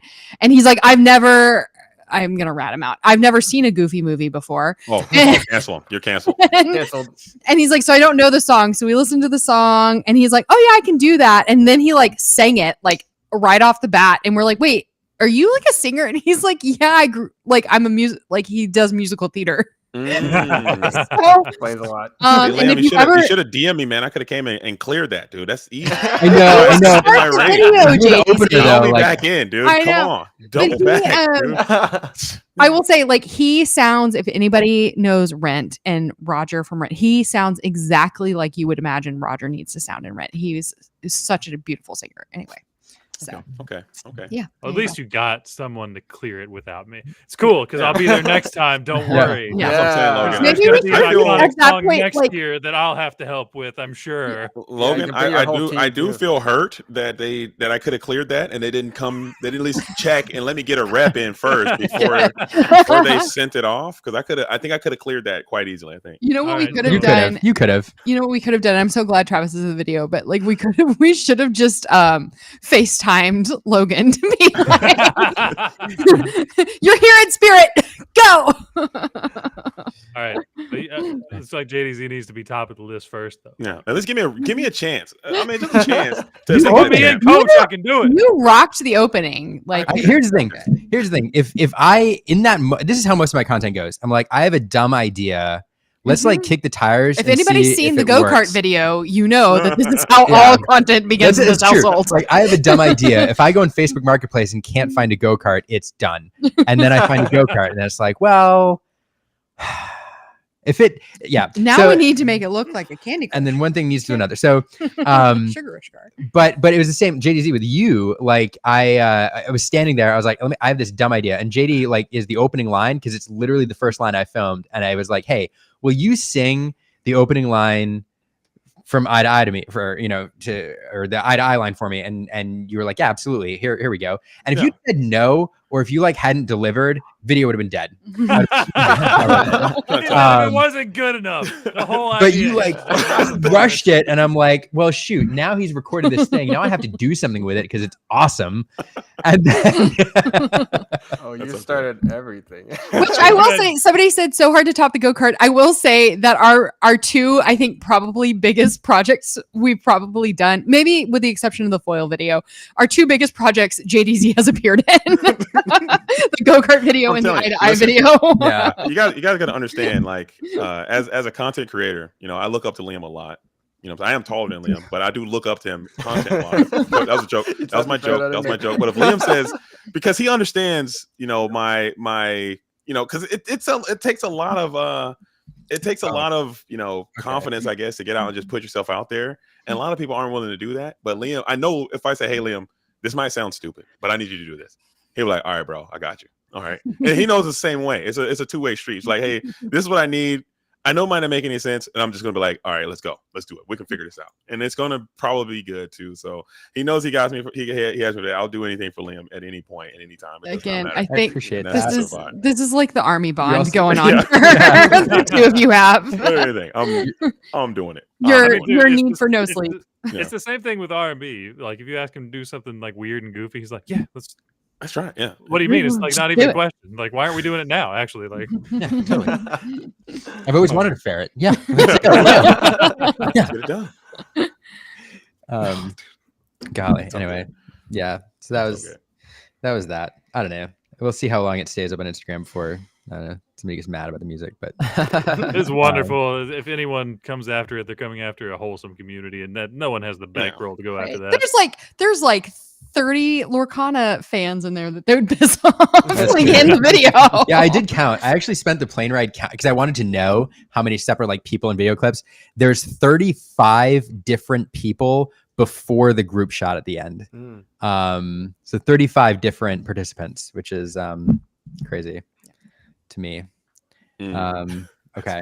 Anyway, so that was GenCon. Yeah, that was That was GenCon. fun. Maybe we do a fan vote for like next year's song and just make That's it a good thing. idea. Yeah. I'm going to GenCon next year for sure. We're doing it. Yeah. I am now. As soon as tickets go up, you gotta like someone ping me because I'm terrible at doing stuff. Like Melissa from TFM lets me know when locally things are going on. I need a plug for bigger events too. Just like the Mhm. second tickets go on sale, someone send me the link. Be like, Are hey, you going to come- PAX, Logan? When is that? It's after the DLC, but it's kind of like Gen Con. send me the ticket link, bro. If you're going, we'll figure it out. I'll be there for sure. All right. Look, I'm notorious for being everywhere, and I missed a big event, so now I got to redeem myself. Yeah, that was sorry. I don't want to make you feel bad. I know people saying they have like FOMO and stuff, and I'm getting that point. Like now, I'm being here with you guys. It's kind of like a slow, wean down. But when I got on that plane, I was legit sad. I was like, man, this sucks. Yeah, I checked out the hotel. I'm dragging my left. bags. I'm like, dude, this sucks, man. I gotta go back home. I gotta do all this crap. The after event depression hits me hard. Like It's the terrible, second I get home and like I'm by myself again, I'm just like, well, can we have another DLC like this weekend? Like now, like please. I'll leave now. Like, yeah. I see suggestions for Brother Bear. Brother Bear. Yeah, Tina Turner and who else? Phil Collins. Hero. You get a friend in Zero Need. to Hero. I like that one. I think a villain song would be cool. I think Ooh. Friends on the Other Side would be really sick. We could only do a villain song if Baker decides to fly in for Gen Con. That's fair. If that happens, villain song is happening. Dude, Be Prepared would be hilarious. Oh my gosh, That'd that be would be great. amazing. Be Prepared would be hilarious, but we need if We Baker's need a lot of there, group shots. it would be so easy to orchestrate with Baker though. You just put him at the top of an escalator and like all of a sudden. Oh yeah, that's right. Okay, so And everybody else below, like yes, the I was hyenas. about to say. Oh my So God, if we do this- Be Prepared at Gen Con next year, everybody in the chat, you will have automatically been voluntold that you will be in the chorus for Be Prepared. We're meeting at the bottom of the escalator. yeah, oh my God, this song, yeah, Hellfire hits hard. I've been trying to tell JDZ okay. about the Hunchback of Notre Dame. We're not doing this again. Hellfire goes crazy. We're not Wait, doing wait, this does again. JayZ not know about Hunchback? I know He's about a Hunchback. soundtrack hater. I just Hellfire Hater. is the best Hater. villain song. Yeah, It I is, love that's it. what I just told don't him. think Loki's the that best. Hunchback It's the best is one. as good. I'm telling you, I just I went coast to Heaven's coast. Light into Hellfire is like Oh the my most gosh, beautiful, it's haunting incredible. transition, and it's the best villain song. It just doesn't give So Disney, underrated. man. It's good, but Absolutely. it just doesn't. It doesn't give enough Disney for me. Okay, wait. If we do, sorry, now I'm like going down. See, like Liam has infected me. It's a problem. I'm like, okay, wait. If we do Be Prepared, everybody, we just need to prepare. Like, we need to say it 2 weeks in advance that we're going to do it, and then everybody should pack like either like red or orange or like Oh man, yellow like We're shirt. going all in. And so then- you're like, oh, you Yeah, prepped for this? Oh my goodness. We have to be prepared for Be Prepared. Is that what Oh, you're saying? absolutely. We're gonna have a group dress day for the Lorcana community at Gen Con next year. Oh, I need a man. soundboard. I can't Listen, communicate properly without a soundboard. And then Baker needs to come in a full blown like scar, like mask. Villain creep Oh, and everything. man. That's the plug for 2 weeks before. Be prepared for Be Prepared. Yeah, exactly. And We like gotta do- everybody immediately gets it. I like it. I'm down I with mean- that. Like some flash mob stuff. We have a Liam, year to be make it happen. prepared. Yeah, We got a year to make this happen, Liam. I need you to go We're gonna- all in. We need multiple Well- camera angles. I will We need say a whole production on this. now We can here's do the it. I thing. mean, we can do Yeah, it. so here's the thing. I'm fully down to do it. I will say, JD, you are talking to the wrong spouse because while my husband has the insane ideas, he has Yeah. zero ability to pre-plan literally anything. Really? So I married a planner. Yes, yes. Yeah. Okay. So You guys, well, you guys do your I'll work fusion on it. dance. Figure it out, okay? But we need to make this happen and like make it a full blown spectacle with like Oh 30, my 40, gosh. 50 people with multiple camera angles, all in. Okay, let's make this a real reality. let's get Tate on the phone too. Yeah, there you go. Yeah. Oh, I'll get Tate. Oh, Tate will do it. All right, we're cooking. JD, will say, we're cooking now. Yes, I'm Um, saying like first step is making sure okay. Baker gets to Gen Con. So who we got to talk to about that? So here's the thing.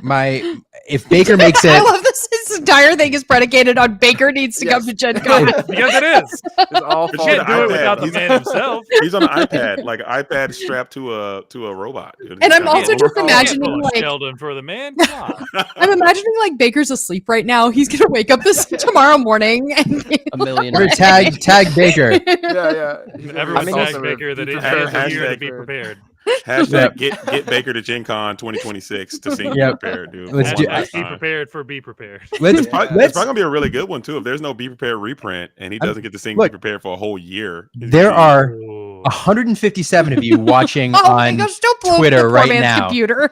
157 of you on Twitter right now. Start the hashtag Started. Baker to Gen Con. Baker to Gen Con hashtag. Let's get it going. So we can film this. Okay, here's the thing though. If Baker's not there, we cannot do a villain song. Well, no, we can't do Be Prepared. Hakuna Matata. My other Oh, that would be alternate fun. song that I was thinking is "You're Never Not on My Mind" from Turning Red. Oh, okay. Yeah. Yeah. That's Yeah. just like our guilty pleasure. But I yeah. mean, then it had, like the dance is there, the vibes are there, the saucy yeah. Okay. Backup song if Baker doesn't if this goes down. 100 background dancers and we could do it. Yeah, wait, We hold could on. do it. He said we could do it. Send there we go. There's our hashtag. Send everybody. Baker to That's a long one. Dog, That it is used, a to be my long one. job. It used to be my job to wrangle crowds and get them hyped. Do you think I can't get 100 people to come just sit around an escalator while we wait Yeah, for well, Baker to go? well, Kickstarter has plenty. Logan will be in charge of the official Lorcana wave. Yeah. He's gonna be like, what's that's the goal. That's the Baker wakes up and he's like, why do I have 157 Twitter notifications?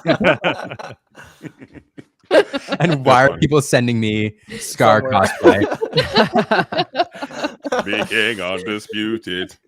There are so many good lines. If you just throw a little growl or a little spice in there, you got to really get into the villainous mode. That's true. I will say this, like the best songs for this kind of content though are the ones like, so somebody's putting out Be Your Guest. The best songs are ones that have like dance breaks in them with like cute, because you got to be able to intersperse like people who aren't singing. So yeah, that's true. Yeah, I mean, Be Be Our Prepared for Guest. sure has like the little like like that little like instrument break where they're like hitting on the skeleton bones. Yep. Yeah, Can you you're right. dance- Can you dance Break to down. Be Prepared though? You can't really like. You can't really It's dance. more like a mob shuffle, less of a dance. Oh yeah. You Sing can Grab have Your people Swords. marching through the hallways. Oh my gosh. Grab your swords is like Grab very your like sword. Yeah. militaristic. Like, We don't want that. We don't want grab your sword. nah, dog. Maybe it'll happen one day when A Nightmare Before Christmas is added. But I know Oh. Kurt Spice would love to lead a This Is Halloween. Oh, This- Kurt would be Oh. so great at that. Halloween. That'd Kurt be Spice great. Get is him like as the needs to be pumpkin Jack king. Skellington. Yeah, Like, exactly. 100%. He'll be all dressed up. Yeah, exactly. Yeah. And he can sing excellently. He's in a band. He sings. He does it all. Yeah. Kurt. He's like a Actually, I've Renaissance been man. trying to get him to do I'm gonna ask him to do like an outro for us. I keep asking all the musicians. Logan, you were like, yeah, man, might not be the vibe for this show. You asked me, and I was like, "Here's the things I write. I don't think." Well, now Logan, that you're like permanently on the show, you're like, yeah, Undersea. definitely not the vibe. Undersea will be good. Um, Party I of love World how will be this good. entire World will be show good, has too. just divulged into us planning a flash mob for That's right, GenCon that's right. 2026. Can't wait to be king. Okay. Yeah. Okay, so going back to GenCon this year, This is devolved This so year. JD, how did it feel to get to reveal Mulan? That honestly, it was really cool. Again, I just spoke about that on my stream as well. But I was saying, like, in that moment, I felt super honored. Obviously, we all felt honored to be there, to be on the ground, revealing those cards and seeing them, and like just being in the. I've never had that type of experience before, like being in front of so many people live, and then also having the live streams going. It was kind of nerve wracking, but we got it done. It was a good time, and honestly. When I turned it around, I didn't really pick up on the legendary downgrade right away because I kind of forgot that Mulan had been legendary, and then it got downshifted down to a super rare. And then once that finally registered, there was just a panic that kind of just overset in my mind, like immediate panic. And I'm like, dude, Sisu's coming back. Like, Knock on wood. As an Knock on wood uncommon. now. I thought we were in the clear that, oh man, we got all the legendaries figured out. We know it's not going to be this, it's not going to be that. We're going to miss Sisu. And then the downgrade stuff started happening. I was like, oh, Sisu could potentially come back. I'm like, please, no more Sisu. I can't take it. I don't want it. But I don't know. It was really an honorable experience. I had a blast with that. And I was just a little bit afraid. How about you guys? We saw the Aurora. The Aurora Guardian is back. You guys did that one. How was that experience? How did it feel? I mean, you Dreaming saw Guardian. it. I feel like a lot of people have seen that video about how. Here's the thing. I guess I'll right up front. We got a lot of flack. Yeah, we did. Weird. Which is so. Here's the thing about that video that people need to understand. Which I don't know. It's fun to talk about. The excitement for that card.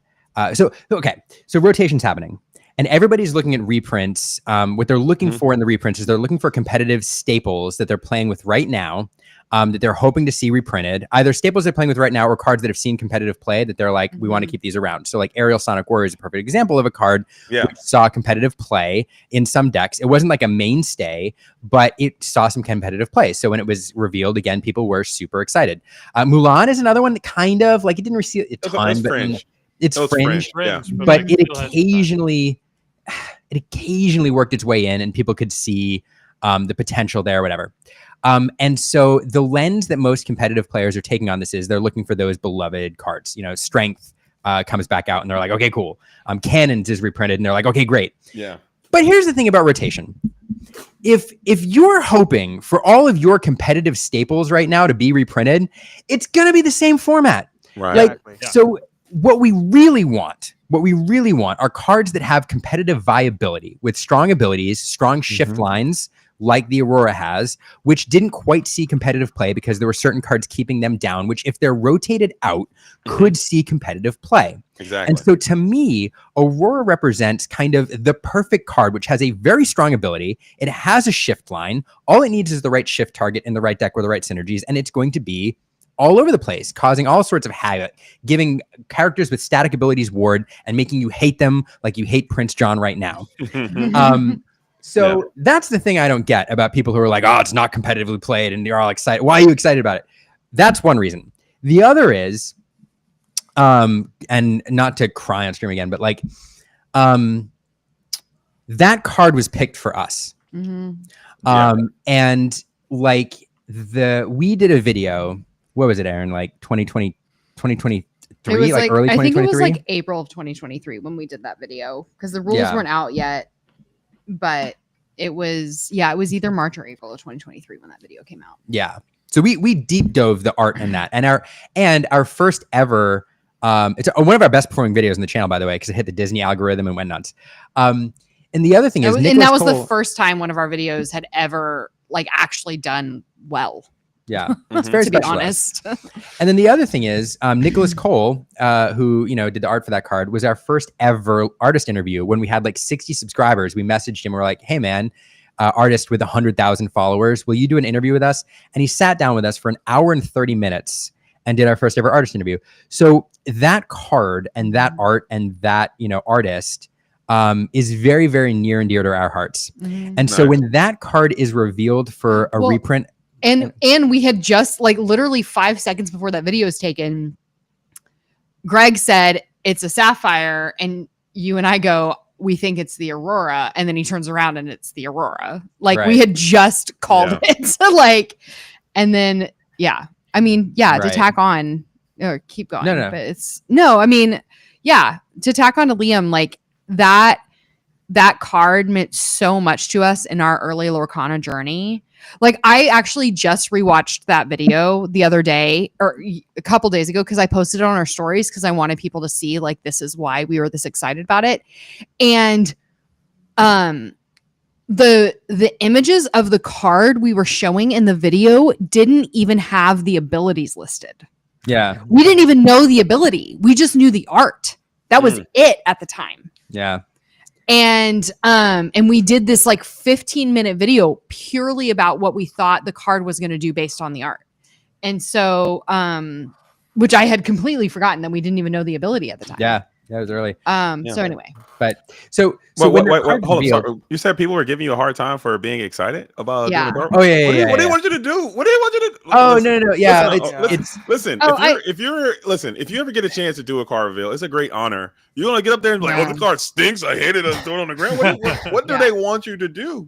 I think they thought Liam had gotten overly excited for a card that is currently not Have they in the met meta. Liam? I mean, I know. Yeah, exactly. That's the other part of it is like, come on, man. Okay, whatever. Liam, even in our marriage, will get so excited about something, like not even about Lorcana, just like in our marriage, like about a new plant we're planting in our front yard, that he will like start vibrating. He is so excited about this like hydrangea he found at Home Depot or something like that. Like he gets very passionate about things, and honestly one of the things that I love most about him. Like Yeah. it's his passion and his love of life and just love of things that people just overlook and take for granted a lot of times is one of the reasons I love him.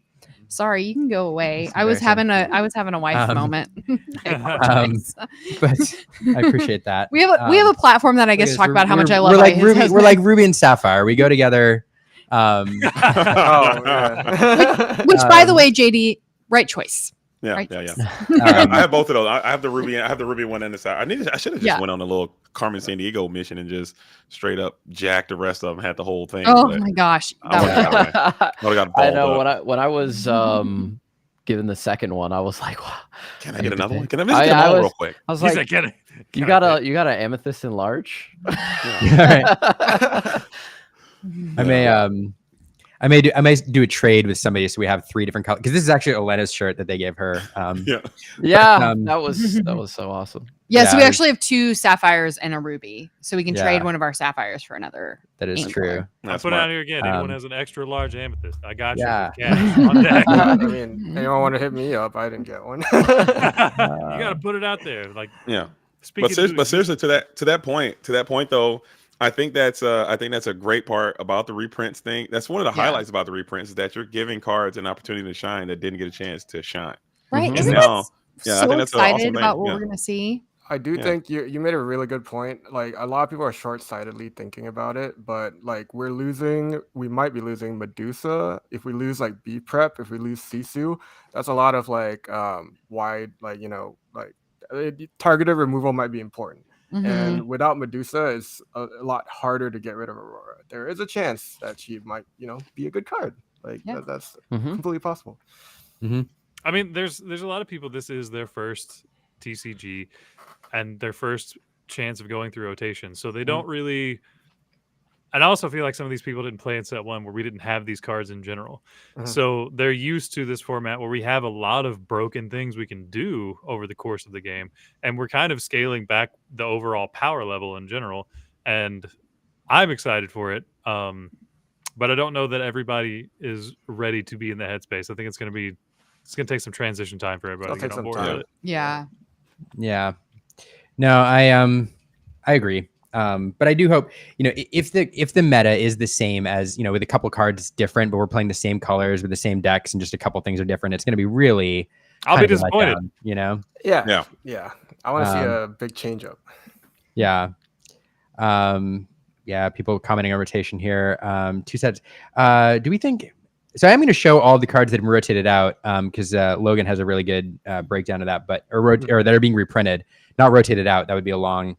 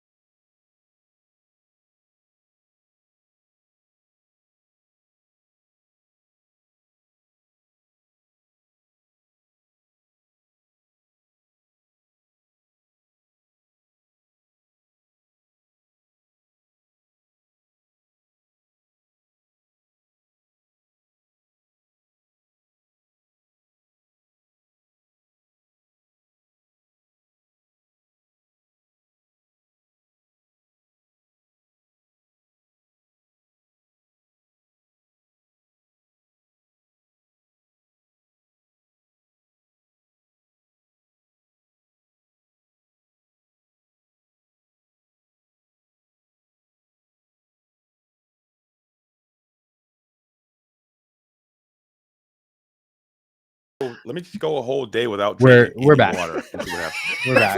We're Are we back? Is it all good? And we're back. Let's Oh. go. Yo. Next subject, talking about diet at Gen Con. Okay. How do you balance your calories, hydration, and also I didn't eat a vegetable for 4 days. He said if it was green, it did not enter my body. It didn't exist. I couldn't find one. Except Oh for my those- gosh. No, those creator meals, dude. Oh, you're right. Yeah, JD. Yeah, we were I talking told about- you that the night we went to dinner, like anytime we went to those events at night, I was like, oh my gosh, it's celery. Like, please Tomato, give me please. vegetables.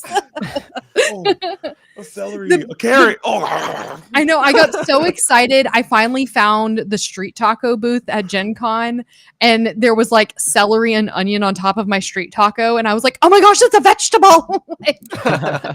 let's go.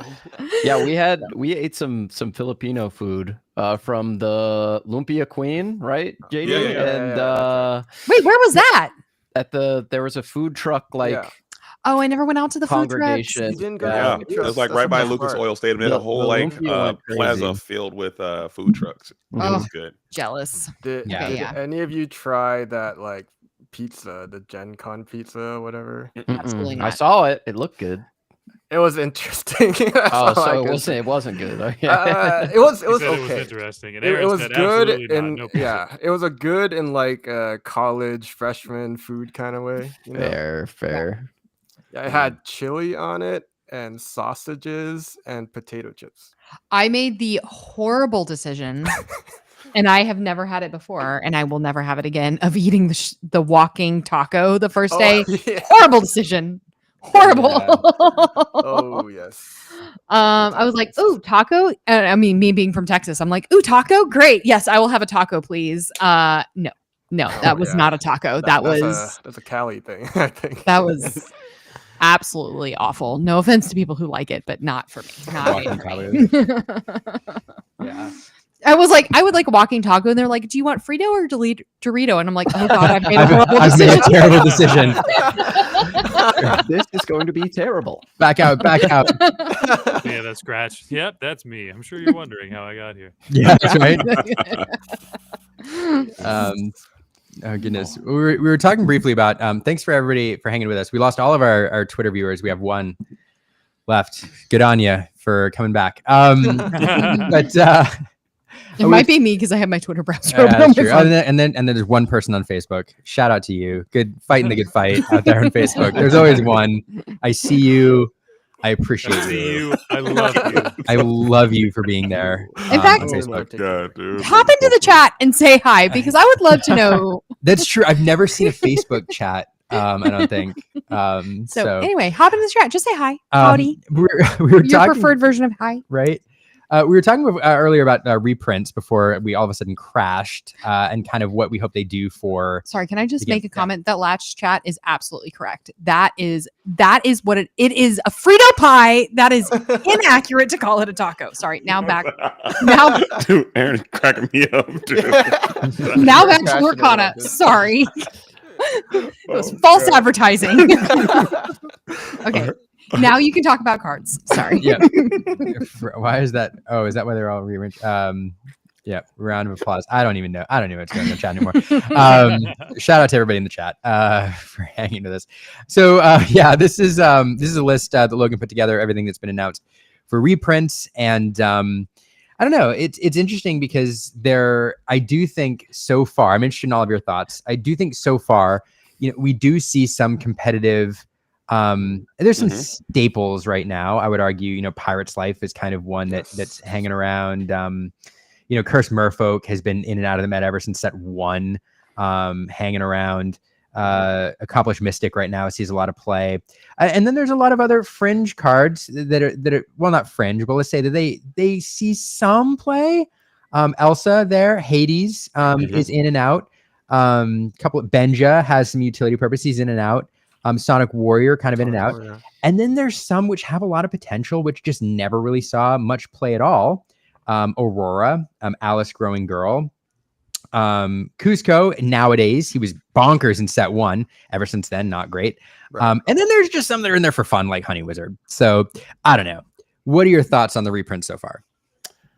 For me, I'll start it off since I'm right under the handsome Logan.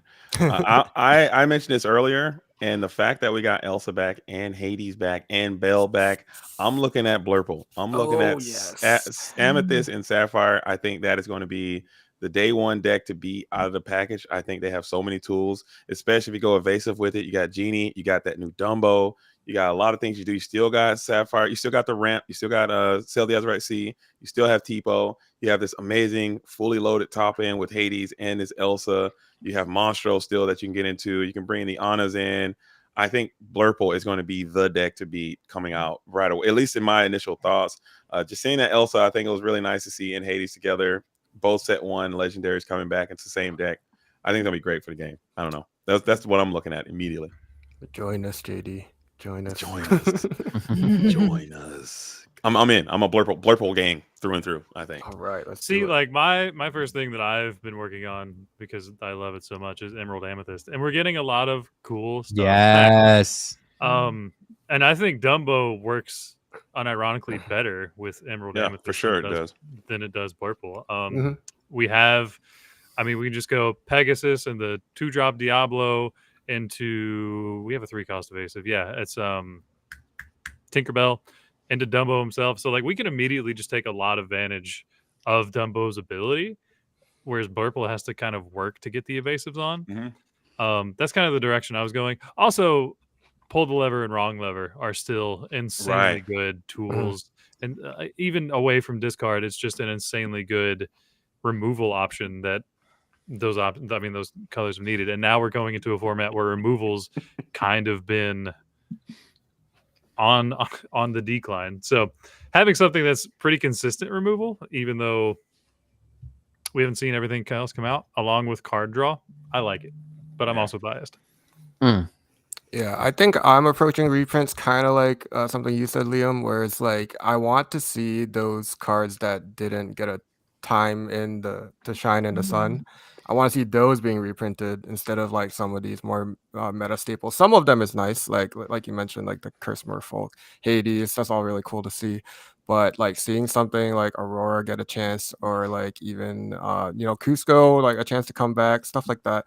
I think one thing we're gonna want to see right when the rotation happens is we want to look at what's leaving and what those things that are leaving were keeping us from doing.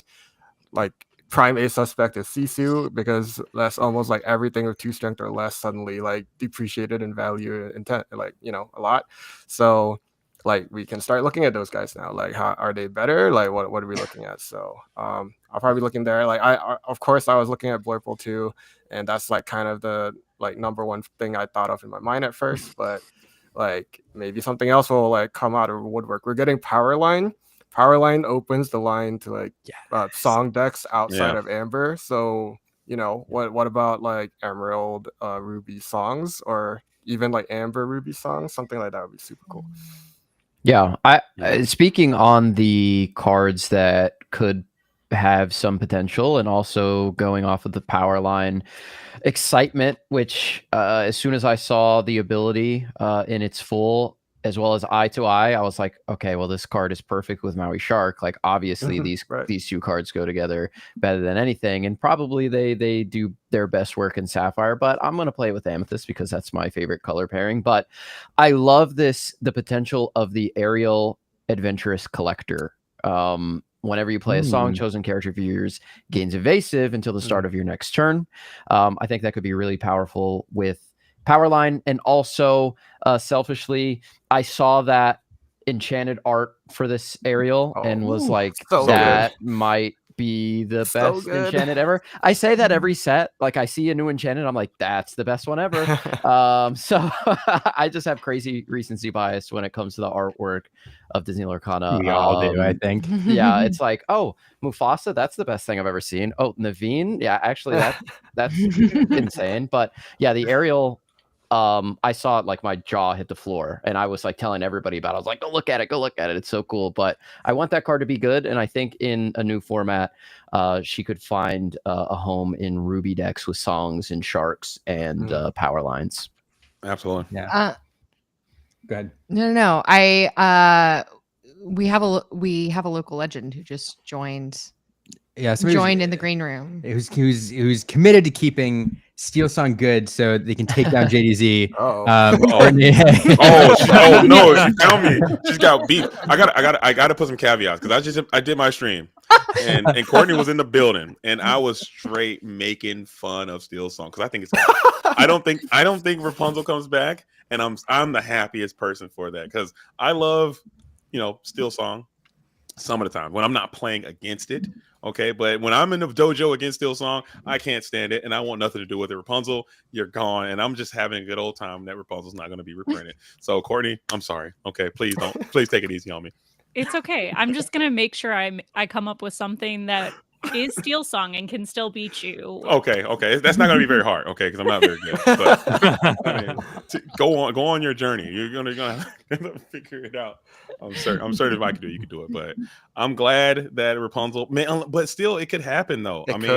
It still theoretically could potentially happen. I don't know how many Amber super rares that we still have left. If Rapunzel gets downgraded to a super rare, which would be insane, it could come back. And I just don't think that's a good idea. Just to your point, Zero to Hero. I think Rapunzel has been a staple since day one. You play Amber, you put in 4 Rapunzels. You have move to. on. There's no reason not to. There's no reason not to. And you're going back to Be Our Guest, baby. That's your card. That's it. You get your Be Our Guest, you get Heal What Has Been Hurt, and you get the 1 for Rapunzel, and you get out of my face, dude. That's your whole thing. All 3 of those together, you got your Rapunzel. Shove off, dude. You're going back into the days where you played Be Our Guest because you needed more songs for Ariel to find. That was a good time. Hey, they're playing it. I mean, Sky is crushing with that song right now.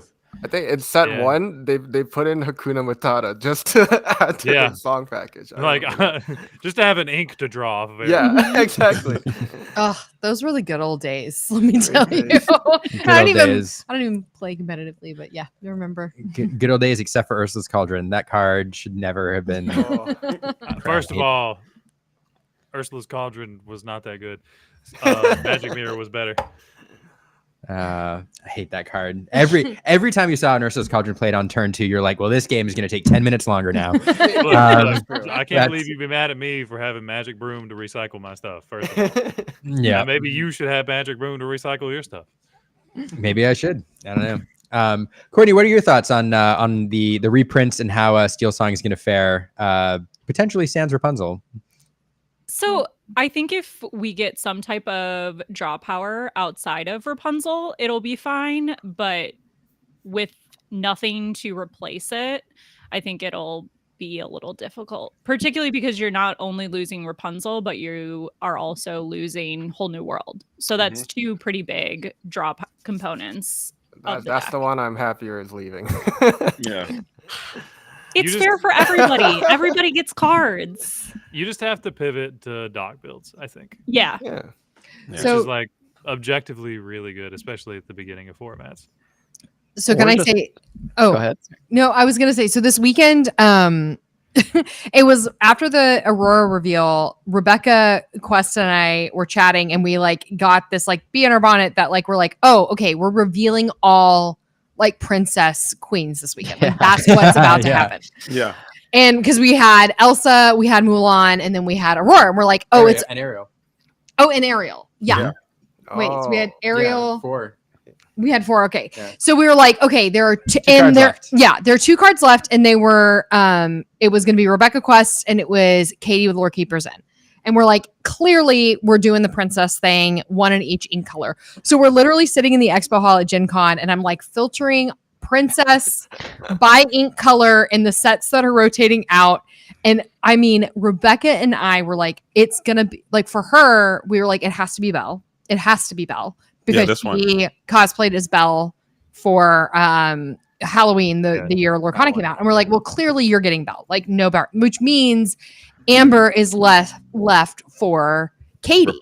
And we're like, Rapunzel's back. And we were just so completely committed to Rapunzel coming back.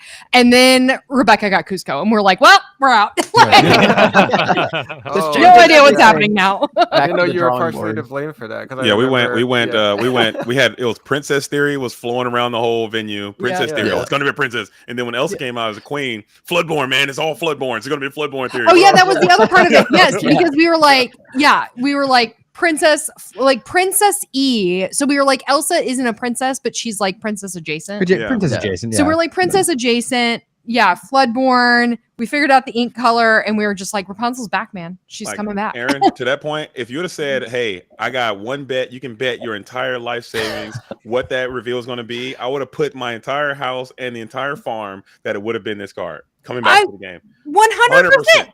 100%. Everything, I would have put it on there. Even that's why Rebecca said it on stream.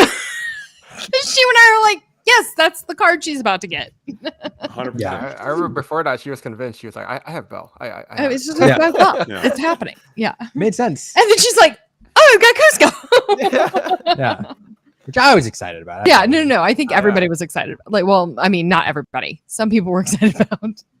I love Cusco, and I would love to be in a world where he's playable again.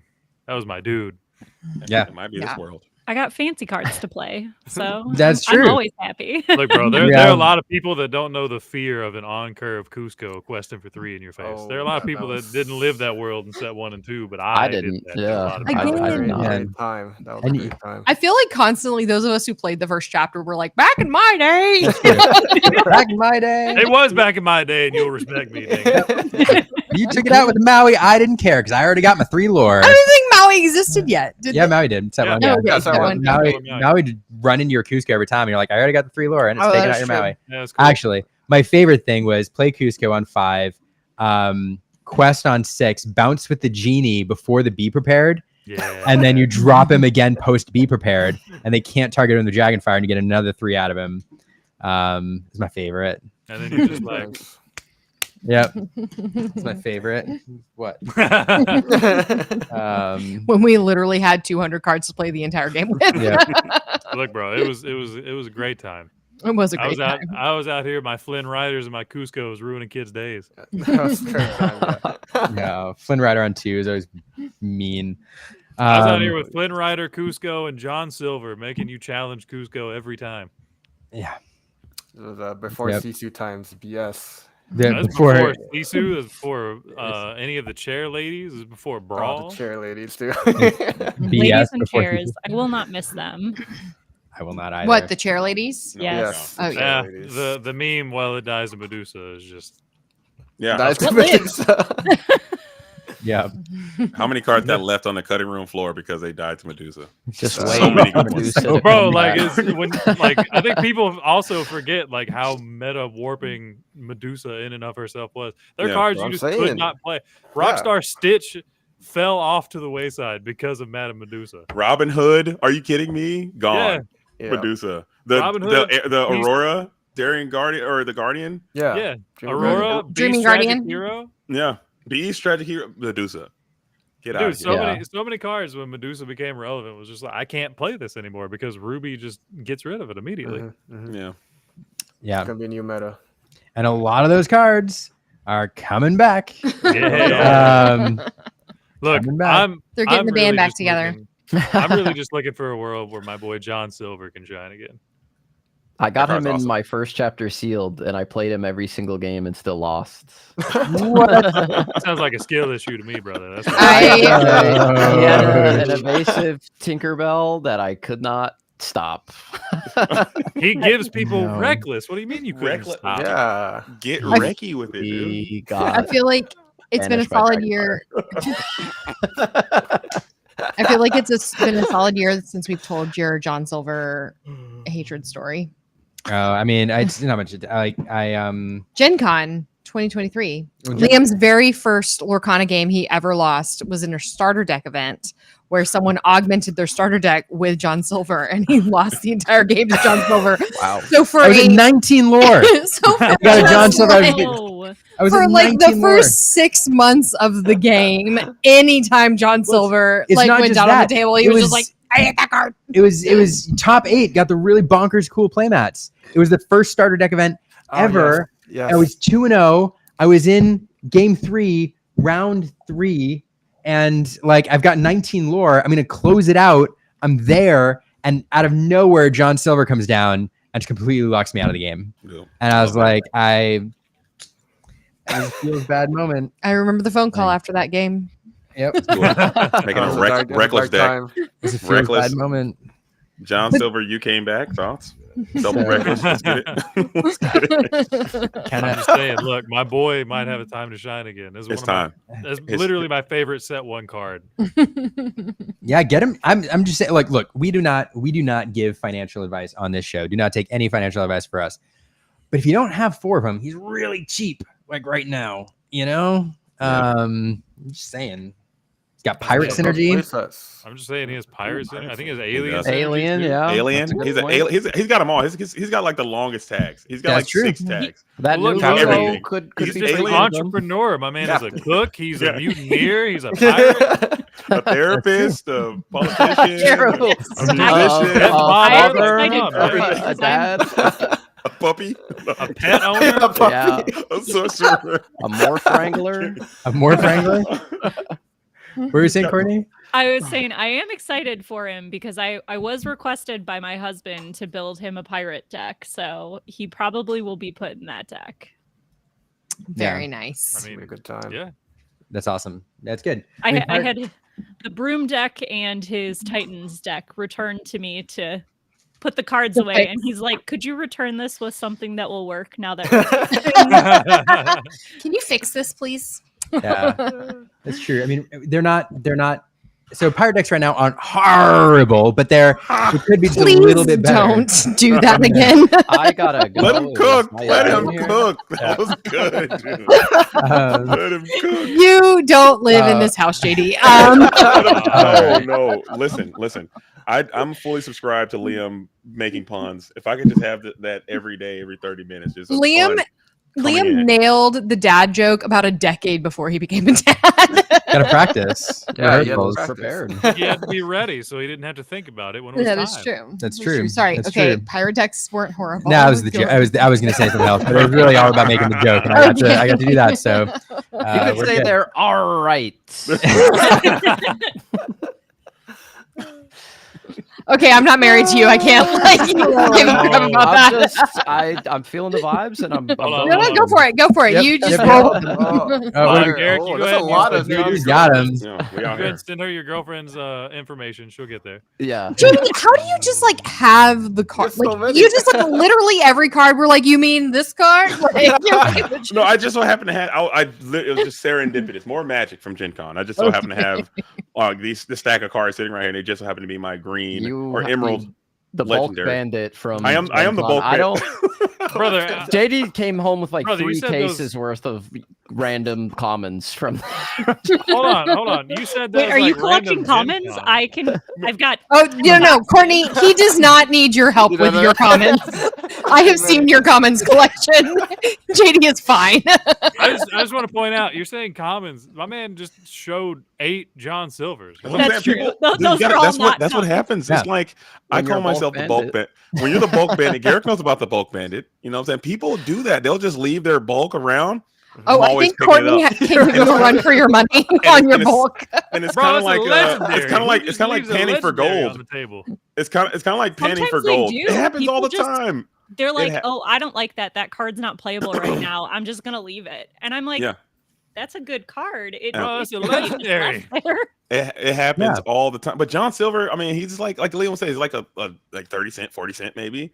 And it's like panning for gold sometimes. You take all the bulk, you siphon through it, and you find a little nugget in there. And you just I throw love it in. seeing it. Yeah. Garrett saw it live, dude. I witnessed the bulk bandit all weekend. Just I'll take that. You don't want those comments? Yeah. That makes me kind of happy. I left some on the table. And we I don't know how they let you on your flight. Logan, collection. someone's ratting you out. Called out. You're getting ratted out. I had to buy another bag. I had to I buy don't another think bag. Colors ratting you out. But I will leave commons through rares on the table. I will do that. Yeah, I'll be On gone. your table, you pan your camera to the right, it's just a mountain of cards. That's what I'm hearing. Yeah. That's what the chat is saying. What's the rest of that room there? What's off on your left there, JD? Oh, me? Yep. Oh, I'm cooked. I got some bulk here, a little bit, but I got like over here. We're sorting it out. It's slowly happening. Like most of this back here in these boxes, these are all the play sets of everything. They're pretty much organized. I got some loose bulk over there. We're just gonna get it through the filtering process. So it's gonna. I was. Oh yeah, I think I remember you you're watching. Yeah. Go. What? Sorry, Courtney. What did you say? I just said I was filtering while I was watching. Very I'm nice. trying to get everything that's being reprinted pulled out and put in a separate spot. This is what ends up happening. Wait, so JD, if I remember correctly, your wife likes sorting, right? No, hold up, my wife. And he's gone. Final. Hold on. I'm gonna show you guys. She likes to open packs. She doesn't play too much, but she likes to rip and she likes to just pull. But she sorts, right? She'll sort. No, we sort together sometimes. It's like therapeutic. We just hang out and like sort. Yeah. I think I remember talking to her about like how like therapeutic and like zen it was to sort cards. Yeah. We'll sort together. We'll sit down here sort. She sorted like when I was gone. She was sorting some just to kind of because the bulk is kind of getting a little outlandish a bit. And, yeah. Well, I'm looking like 2 feet to my left, and it's rough. Yeah. It's a little rough. Okay, so. Because I can't stand clutter. This is what I'm gonna challenge everyone to do because I can't not do it. So I have 4x of every card in every set, and I get these nice binders. And my buddy on Twitter gets these nice labels. Yeah. Finals made for all of them. Literally every set I do this because if I don't, I lose my mind. The Arcasia's Island one was like the most elaborate. Oh my gosh. I can't tell you, Logan. That's how awesome. This is just making my heart happy. Like I want it. My heart is warming. It's in its happy place. And then once you get four of it, you just get done with it. And the extra cards. Yeah, no, like literally when I get 4 of the card, the rest of everything just doesn't exist anymore. Are you trying to go for 4 foils? Do you upgrade to foils, or you just like bypass it from now on? Nah, man, I just want to play the game. Wait, Gotcha. but what if you need to make like 2 versions of something that have like amber cards in them? Like that's pretty. Then I take the card off of the deck and put it in the other deck. Are all of your decks sleeved in the same color sleeves? Yes. Yep, that's what I figured. Yep, that tracks. They're all purple. What are you talking Couldn't about? be me. all purple. When Logan came down to stay with me for the first inking event, he looked at my card situation and was like, "You gotta get on the binders." He sent me the Amazon link. I'm on the binders. I'm in the same wavelength. 4 of every card, and everything else doesn't exist. Mine are not as pretty as his because I just wrote on them with a marker, like 1, 2. But they're sort of the same way. But yeah. Sorry, I love that color is just divulging all of your secrets. Just leaking everything. They're not secrets. Like literally anybody who asks me, like, just knows. I have these. Oh, I get 4 I got copies. you back. Wait. Where are you, JD? I have these things right here. It's like kind of very similar concept, but I have like these little boxes, and I like separate them by all the sets by their rarity and color. And I have like 12 of these. But the binder method might be the heads up cash money meta play, dude. I'm a binder guy, but I go all 4 cards in one pocket. Logan does 1 card per pocket. As a collector, that gives me like chills. I hate. I'm playing them. My special cards are 1 per pocket, but you never know. What makes it cool That's is true. when you have a card in a deck and it's not in the binder.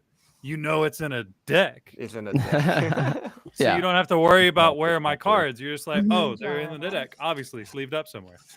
Box 2 has. So I originally had the binders, and the binders I realized were going to take up way too much room because I do my play sets, then I do my 1 of every foil and enchanteds.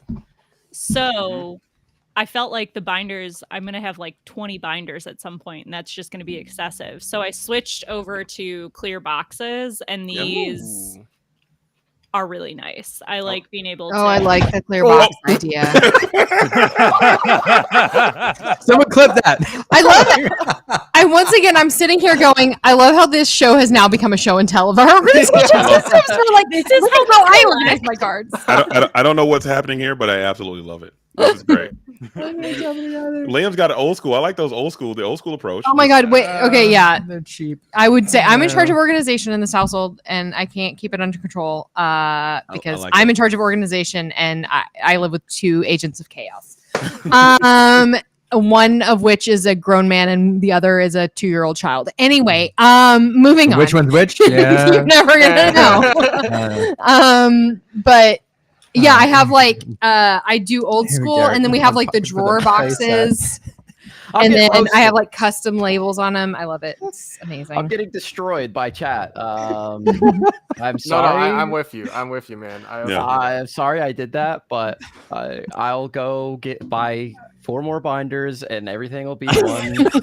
I was like, I'll just put first chapter Rise of the Flipboard in the same binder. Why am I getting so many binders? Or you But just then- have to buy the giant binders. I have the giant Oh, one, yeah. and I'm still going 4 at a time. I got won't 2 fit in sets my in a bag. binder. Well, he's trying to fit 2 sets. We're now on the same wavelength. We're on the same wave. We're on the same frequency. Okay, so I love those binders. We have those too, but they don't fit on a bookshelf. It drives me No, insane. they don't. Yeah, Oh. Mine are on the and they floor. don't I fit just in your shifted my bag to carry bookshelf so around. they fit on my bookshelf. mine Oh, are- the bookshelf we mine- have has like set shelves. That ones, so- yeah, that's For mine, The nice I, thing like, about as I was IKEA. constructing mine, I had to take the top shelf out of it so it could actually fit these binders. Oh my god. I'm very quickly going to need another bookcase for these, Yeah. but like it's the life I lead being slightly pessimistic. So But when you go Fabled, though, are you going to get another 4 sets to go to have 9s, or are you just going to say bypass all the reprints and just keep So- the originals?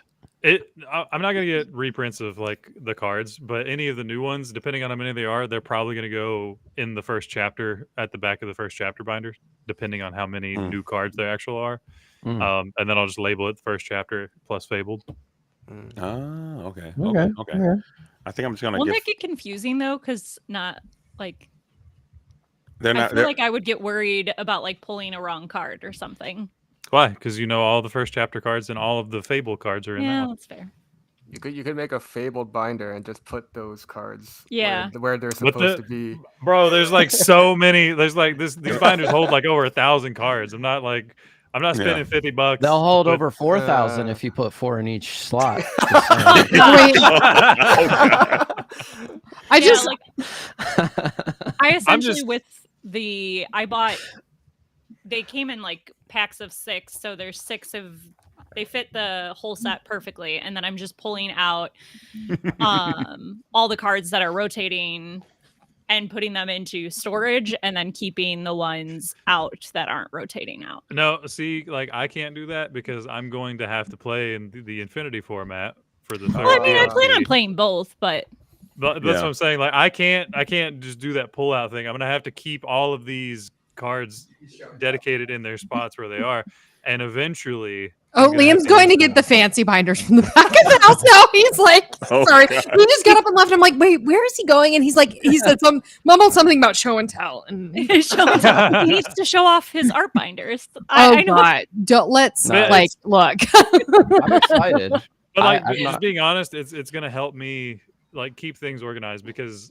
now all of the cards that are being reprinted, I have them already. Wait, is So when that I pull them actually out and organized? put them in decks, I can just like, Oh, oh, Courtney this is wants to from see your set art binder, 2, by the so way. it'll just go back in the set 2 binder. Yeah. Oh, yeah. Stream is totally off the rails. I mean, we're just. Liam said the stream is totally off the rails, which is That's true. okay. I love it. And if This I is were, week 2 of off the rails. Last week it was Bree's fault though. that is very true. Yes, Bree hijacked the chat last week. Okay, wait. I know how to operate Restrain. I promise. I said, don't, however, know how. Wait. Oh, wait. Maybe here. I don't know how to change the camera. You're gonna have. Wait. Oh, wait. Close up Yep, view. she Okay, did. there we go. What would you like to show about this binder? Oh no, it's the big giant top deck binder. So 2 sets per, and it's foil and non-foil. Oh yeah, but we don't do this isn't our playset binder. This is just our collection binder. And So they're it's just one because I was working on a signed and sketched first chapter, but then I took all the sketches out. So yeah, That's awesome. So that's that.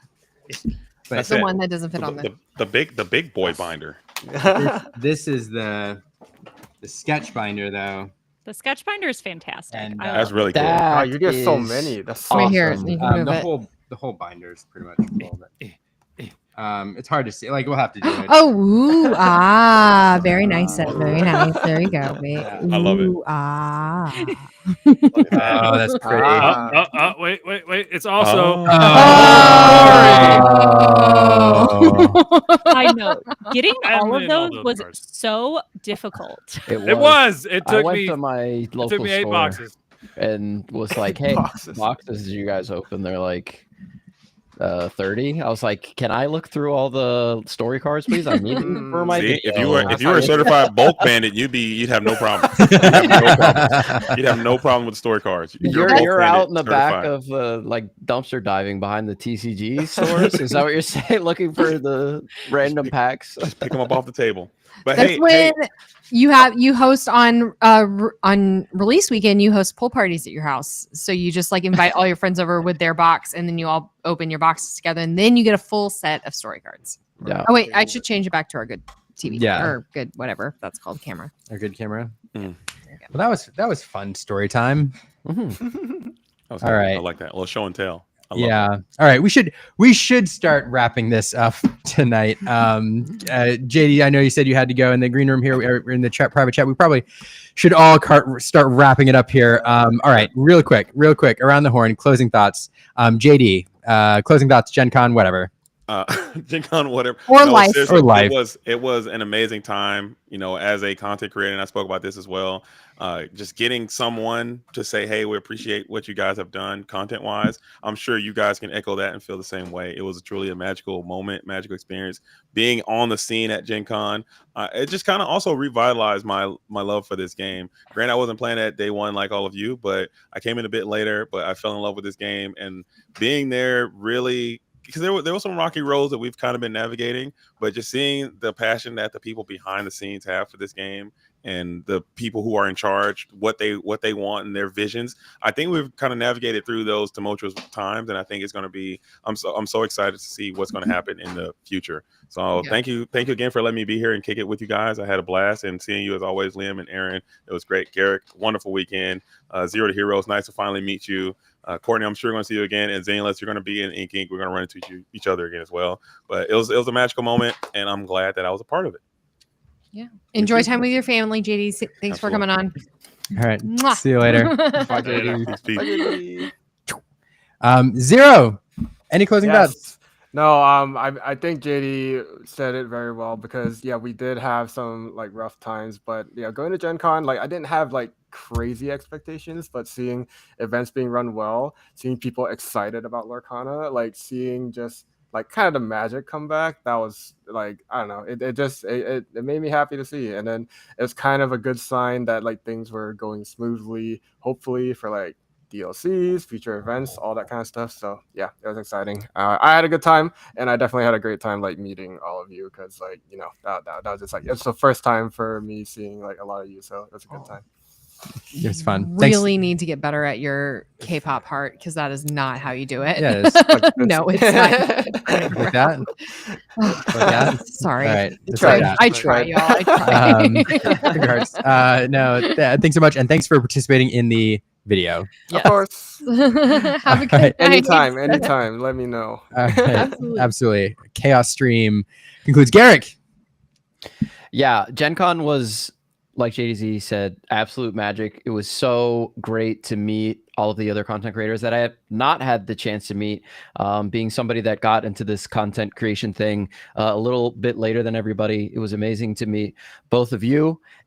Truly an honor. You both are a channel that I look up to and aspire to be like, and hopefully I can continue that and we can work together in the future. It was awesome to finally make that connection, and hopefully we can make that connection many more times. And all the other content creators that I met in GenCon, thank you for like sparing a second to talk to me. I really did appreciate every single interaction I had with everybody there. And then finally getting the opportunity to do some official Ravensburger stuff as a content creator was so very special to me. Everybody that was able to help me get into those behind the scenes leading up to Gen Con. I'm forever grateful for that and will never take any of those opportunities for granted. So Gen Con was so magical, and I cannot wait for the next one. It was my first one. I'll be there every year from now on as long as Disney Lorcana is there. And yeah, I'll try to recreate this feeling when I go to PAX coming up later this year. And of course, I'll be at the DLC, all these other events. I'll be at Inking. So you can see me there. And yeah, thanks for having me on. This is my first time here, and it was so much fun. Anytime you need me, just send me a message and I will be there. Absolutely no questions.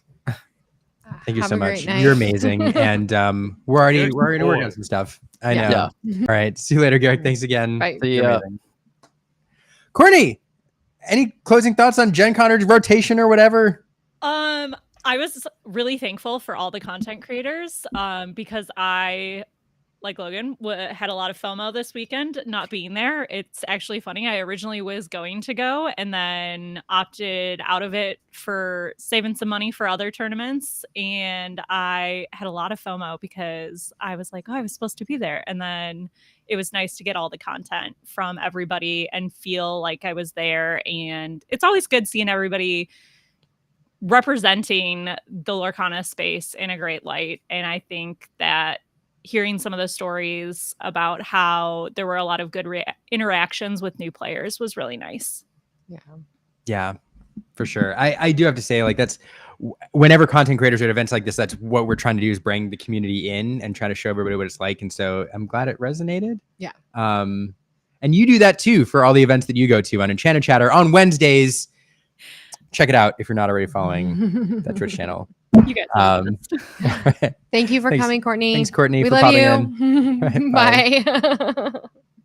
All right. Well, Logan, that stream went all kinds of off the rails, and we went down and we went up again. And exactly according to plan.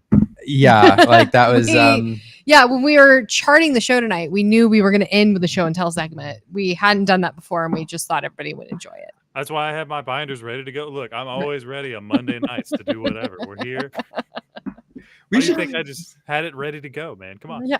we should do show and tell night where we invite people to show us one Lorcana thing or Lorcana adjacent thing, and we just have people come through and show and tell. Actually, with back to school happening in the over the next month, that would actually be a great back to school celebration for people. It's like we're all going to rekindle our elementary school days and do a show and tell segment. I have some stuff from like early days Lorcana Play Network.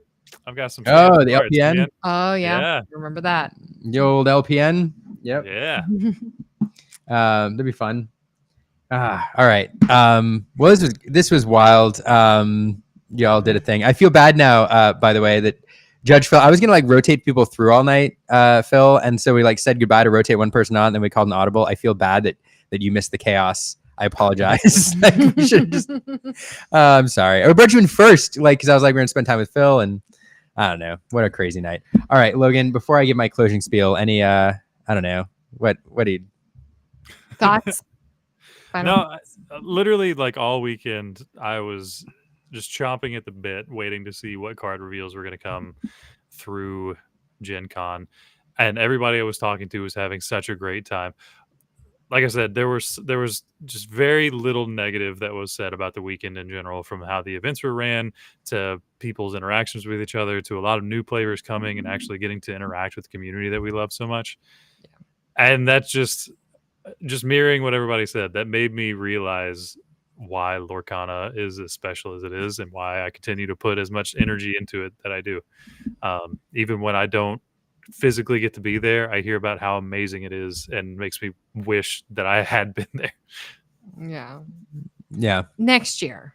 No, I mean literally just gonna plan next year around Gen Con and Worlds, because I'm gonna be at both. So yeah.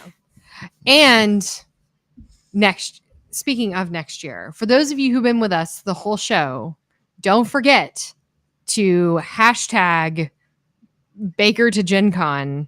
Yeah, bigger to Gen Con. Baker to Gen Con. If you've been with us the whole show, if you haven't watched the first half of the show, we had a whole spiel. We're going to try to get Baker to Gen Con 2026. Start a hashtag on Twitter. Let's do it. I just like the idea of him waking up to just his Twitter going nuts. For those of you who haven't been watching us, we're going to try to film a flash mob video with Baker at GenCon in 2026. We're already planning next year's music video. Yes. It's going to be for GenCon. Or, sorry, not obviously GenCon. Be prepared. Everybody, be prepared for be prepared. Yep. Hashtag be prepared for be prepared. Yes. Be prepared for be prepared. All right. With that, what a long show. This was the craziest show, the longest show we've ever done, I think. Play out the video. Oh, okay. Yeah. That's a good idea. All right. So thanks everybody for hanging out. We'll be back here next Monday. We're getting closer to our 100th episode. I don't know. It's going to be a thing that we do. I'm going to do something. In the meantime, next week, stay tuned because we're going to cover the GonTo challenge next week. Some people did it. And we're moderately successful. But if you did the GonTo challenge last week, played a GonTo, you know the one, in set champs or another competitive setting, send us a picture. Let us know. We're going to cover those moments next week. I did post a link in our Discord server. You can hang out with us between streams, ask us any questions, etc. So you can hop on in. It's there in the chat, unless you're there on Twitter, which I can't post it. I don't know why. Like, come over to one of these. I'll get in there and post it. But jump in our Discord server. And the last thing is a shout out to all of our Patreon supporters, especially our newest Patreon supporter, Sorcerer's Hat. Shout out to you for helping to make the show happen. We really appreciate that and all of your support. With that, a special treat as we say goodbye. We normally don't have an outro at all because we're just bad at that. If you play music and want to write one for us, we'd be more than happy to take you up on that. But instead, we're going to play a music video on the way out. You can enjoy it one more time. And here we go. I've got myself a notion. Like from one I know that you'll understand. We set the world in motion by reaching out for each other's hand. Maybe we'll discover what we should have known all along. Yeah, one way or another, together is where we both belong. If we listen to each other's hearts, find we're never too far apart. And maybe love is the reason why. For the first time ever, we're seeing it eye to eye.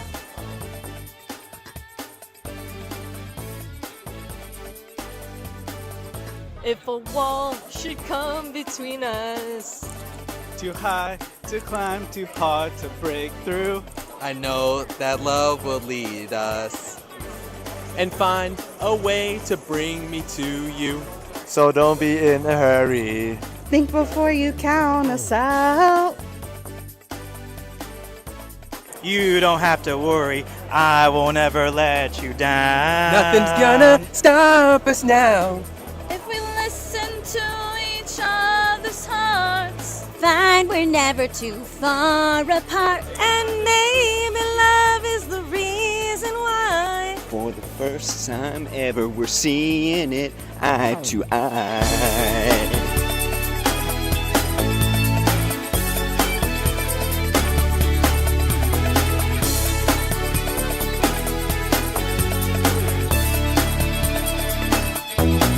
If you're ever lonely, stop.